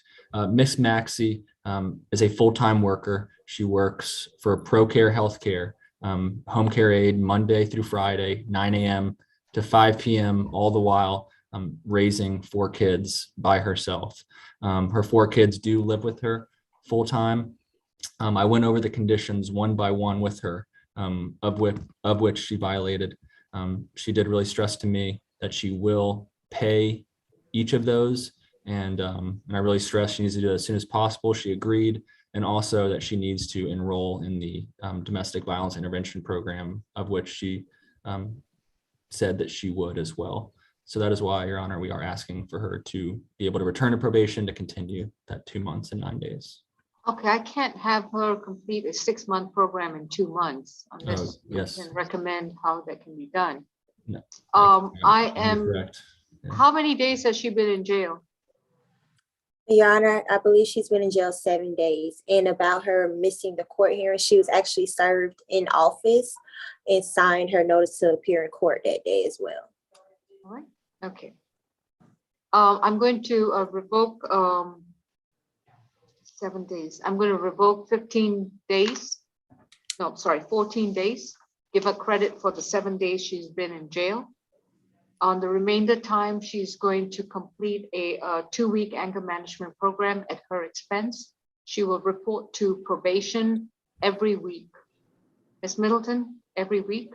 I'm going to waive her probation fees, and she's going to be probation's new best friend. She's to report in person every week, and within 1 week of being released, she must show proof that she's enrolled in a 2-week anger management program. No drugs, no alcohol, no weapons, and no firearms. Got it. And Can you, I'm sorry, how many anger management classes was that again? It's going to be a 2-week anger management program. Okay, thank you. And then she'll be reporting every week until well, I've revoked 14 days. So she would have about another month and 3 weeks left on probation to complete. Ms. Maxey, do you have a problem reporting every week? No, ma'am. And do you have a problem completing a 2-week anger management program when you were supposed to have done a 6-month program? No, Your Honor. And I'm going to waive your probation fees. This is going to be a one-time offer. If you want to do that, that's good. Otherwise, I can have you serve out the rest of the 2 months in jail. Which one would you like to do? 2 months in jail or report every week to probation? Report every week. Well, nobody goes for the second option. I don't know why. Okay. I just want to clarify, Judge, if Yeah. that's a one session, if that's one session for 2 weeks or for the class. A 2-week anger management program is generally once a week, if I'm not mistaken. So it's she'll have to attend that, but then she'll have to report to probation every week. So I don't know. Understood. Officer Middleton or the office can advise her on how they're doing the reporting, whether in person or Zoom. If it's just a matter of clicking on a Zoom link, then all the better. But if she has to make the trip down to probation office on Mitchell Street, then that's what it needs to be done. It's just a 2-month penance for not having completed probation in the last 2 years. Completely understood. Thank you, Judge. All right. And Ms. Maxey, you have to report to probation within 48 hours of being released. So that would be Monday, Officer Middleton? Yes, Your Honor. All right. That concludes this case. Thank you. Oh, wait, Your Honor, it would not be Monday. It would be after she served the 14 days. Oh, no, she's already done with that. She's been given credit for 7 days. For 7, so- okay. Yeah, so she'll be released within 24 hours. So Monday it is? Monday. All right, Ms. Maxey, understood? Yes, Okay, thank you. thank you. Courtroom 2, who do we have? Your Honor, who can I send the information to? April Champion, please. April Okay. Champion, April. Thank you. Okay, thank you. Please hang on, Ms. Middleton. I don't know if we have still warrant to deal with, okay? All right, and Deputy Milton, I'll be with you very shortly. I'm sorry, Courtroom 2, who do we have? This is position 1, Mr. Anderson. Oh, 1, okay. Homer Anderson, 22 CR 0003605, has been accused of stalking, misdemeanor stalking, and criminal trespass, causing damage to property. This is from a July 24th, 2021 incident. With regards to this particular case, Mr. Anderson, you've been advised of your right to remain silent, and your attorney is Mr. Zach Findling. Mr. Findling, this is going to be a arraignment and a bond hearing. That's correct, Judge. All right. And do you waive a reading of the accusations? I do. Mr. Anderson, you've been accused of these 2 charges, which I've just listed. They are misdemeanor offenses. And upon your entry of a not guilty plea, the case will be scheduled for trial. At the time of the trial, the prosecution would have the complete burden to prove the charges against you and overcome your legal presumption of innocence. If the state prevails, you would be you could be convicted of 1 or more of these offenses and face a penalty of up to a year in prison and or up to $1,000 fine. Given this information, how do you plead? Please unmute Courtroom 2. Just saw Francois walk by. Just a minute.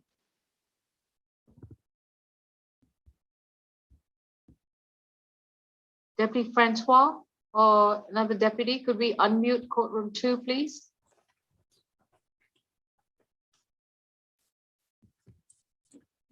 Sorry. Thank you. Repeating my question again, Mr. Anderson, given this information about the arraignment, how do you plead? Francois, please unmute, please. Thank you. Not guilty.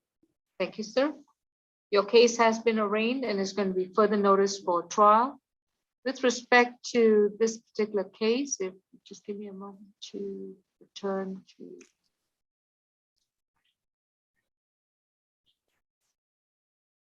Mr. Anderson's bond was set at $7,500. It's a surety bond on January 27, 2022. Yes, Mr. Finley? Yes, Your Honor. Go ahead with bond argument. Yes, please. Yes, Judge Law. Yes, Judge, Mr. Anderson adamantly disputes these charges. He looks forward to his voice being heard on the matter, which will hopefully be soon. Judge, he is presumed innocent, obviously. One thing we did not hear is that Mr. Anderson is a hardworking family man. He earned his commercials driver's license at the age of 23 years old, and he's held stable employment as a truck driver for close to 10 years now. And as we know, Judge, bond is not meant to be punishment, but rather to ensure his return to court. Not only did Mr. Anderson really convey to me that he would not miss court, but his track record shows that he does not miss court. He did have 1 FTA, but that was because he was incarcerated at the time. So he's had opportunities to have an FTA. He has not. So he's shown he respects the legal process in that way. So that's why we are asking for a $1,500 surety bond on this case, Judge Law. 1,500? Okay. All right. Thank you. Ms. Goodry? Yes, Your Honor, we're asking that you maintain that bond given the facts of this case and the defendant's criminal history.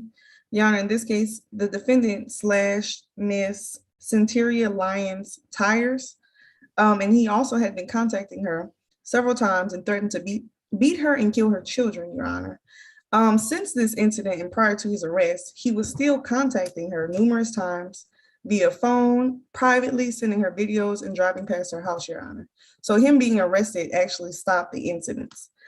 He also has an open harassing phone calls, 2 counts and simple assault, and a criminal damage to property and aggravated stalking. Case number 22CP206105. And that was against Homer Anderson Jr., Your Honor. So this is a significant issue and we're concerned for the victim's safety. The victim is presently on the line. Miss Centuria Lyons, are you here? I'm here. All right. Miss Centuria Lyons, if you could start your video, please. All right. Did you have any questions to ask her, Ms. Goodrich?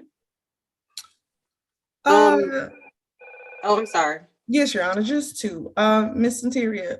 Place under oath first, please. May you raise your right hand? Do you swear to tell the truth and nothing but the truth? I do. Okay. Miss Centuria, since this incident occurred on July 27th of 2021, were you receiving any other calls or messages from Mr. Anderson prior to him being arrested? I was, and I have all proof. Do you fear for your safety? I do, and my children's as well. Are you scared of Mr. Anderson? I am. No further questions, Your Honor. All right, thank you. Anything else, Mr. Finley? No, Your Honor. I'd just like to point out that obviously we do recognize his last arrest, or his most recent arrest. He is presumed innocent in the matter. And the facts that ASG pointed out, those are alleged facts as they were in a police report, so have not been proven in court. That's it, Judge. Thank you.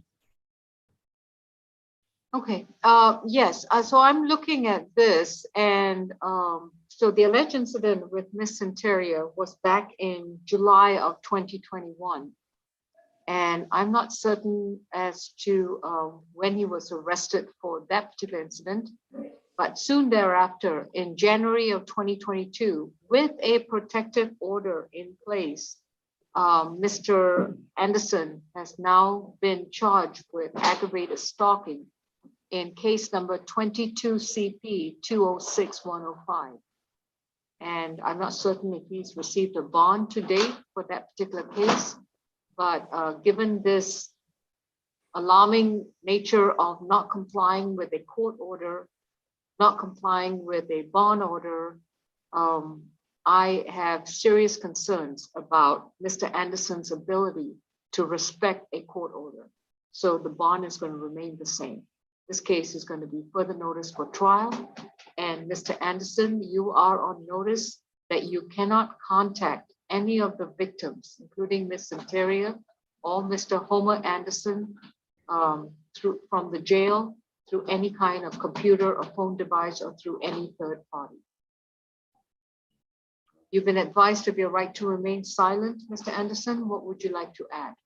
I'm with all of that, you know. I understand your decision and all that, but I got text messages and video. I have video where she tried to run me over with her car. You know what I'm saying? I never slashed her tires and never. When did this incident occur? It happened. She had damage on her driver's side of on her car. I just asked you when did she allegedly try to run you over? It was last year. It was last year prior to July. It was last year where okay. I got. She stayed right down the street from my grandmama's house. She actually climbed through my. Mr. Anderson. Yes. Mr. Anderson, I would advise you. Anything you say will be against you. So the allegations about threatening her kids and all that, I didn't do that. I got text messages where she hit me up from different numbers talking about me. I would send her a picture of my check stub. Mr. Anderson. But what I'm saying, your voice will be heard. Your voice will be heard. Just right now is not the moment. Okay. All right. Thank you. All right. Miss Centuria, as you can see, Mr. Henderson is not allowed to contact you. But if you initiate contact with him, it's going to be very difficult for the prosecution to proceed with that case. Do you understand? I understand all that. You have no worries, Your Honor. That concludes this case. Your Honor.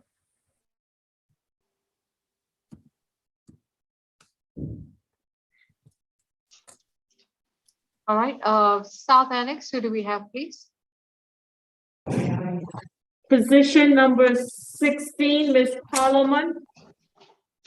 Yeah, I believe that's Mr. Finley's case, yes? Yes, Judge. Okay. We have Jamila Holloman, and she's accused of simple battery domestic violence on December 25th, 2021. Ms. Holloman, you've been advised of your right to remain silent, and your attorney is Mr. Zach Finley. This is going to be a negotiated plea. Please raise your right hand. Do you solemnly swear and affirm the testimony you provide will be the truth to the best of your knowledge? All right. Ms. Goodry, what is the recommendation for Ms. Holloman? It's 12 months, 30 days, 15 days credit for time served. The balance is probated. A family violence intervention program, 40 hours community service, no further contact with Jamel Dean, and a stay away from 65 Irby Avenue, Northwest Atlanta. And if defense stipulates to factual basis, venue, and ID. We have nothing further. Thank you. Mr. Finley? Yes, Your Honor. We do agree to the state's recommendation and additionally do stipulate to the venue, ID, and factual basis. Ms. Holloman, are you under the influence of any kind of medication or drugs? Ms. Holloman, I need to hear you. So, No. okay. And have you consumed any alcoholic beverages so far? No. Are you able to understand the proceedings that have transpired so far? Yes. And are you satisfied with the representation of your attorney? Yes. If you decide to plead guilty to the charge of simple battery domestic violence, you will be sentenced today, and you would have to give up your constitutional rights to go back to court, to have a trial before a judge or a jury, to be able to confront your accuser, challenge the state's evidence, present your own defenses, examine witnesses, as well as to have the ability to have the state prove the charge against you beyond a reasonable doubt. Are you prepared to give up these rights? Yes. How do you plead to one count of simple battery domestic violence? Guilty. Your sentence is 12 months to serve 30 days, credit for time served 15 days. If you have no other cases holding you at the jail, you will be released within 24 hours. You will have to report to probation within 48 hours of being released, which most likely will be Monday. Once you're on probation, you need to complete a 6-month domestic violence intervention program at your expense and 40 hours of voluntary community service. I will waive your probation fees for the first 7 months that you're released. And once you've completed the classes and the community service, your probation may be non-reported. You are to have no contact with Jamel Dean and to stay away from 65 Irby Avenue for the rest of the 11 months that you are on probation. Do you understand? Yes. Do you have any questions about your sentence? No. That concludes this case. Thank you, Your Honor. May we be excused, please? Yes, Debbie Milton, you have a good day. Thank you. You too. Courtroom 2, do we have another case? Yes, this is Ahmed Malis. I believe he's an add-on. We have a probationer also for Quintavious Warren. Do you have Quintavious Warren? No, he's the last person left. Okay. Yes. So I'm sorry, you said this was an Judge, add-on? Judge, it appears that Mr. Melissa is on our status calendar, our competency status calendar. Okay. Yeah, I'm not sure. Yeah, I didn't know he was going to be brought, but the Let's see what's going on. And I'm sorry. Give me the case number. Yeah, he's Give not me on the my case. calendar. Give me the case number, Mr. Howard. yeah, just 22 CR 000 096 Y And he's position 5 on the status calendar, which, I see. Okay. All right. We have Yamashita Millen, is that correct? Case 19 CR.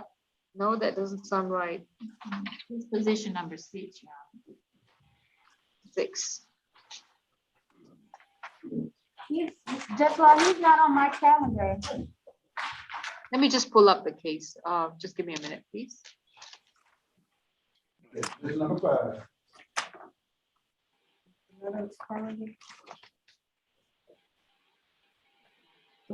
is this? This is a new calendar? All right, let's proceed. This is State versus Amide Melise, is that correct? Judge, if we're going to handle the comments calendar, either we need to do a breakout or what have Yeah. you. No problem. This is case number 22 CR 000096Y. And Mr. Melise, you have a right to remain silent. Anything you say in open court, your statements can and will be used against you. You have a right to an attorney, and your attorney is Mr. Derek Howard. This is going to be part of our MH cases, so I'm going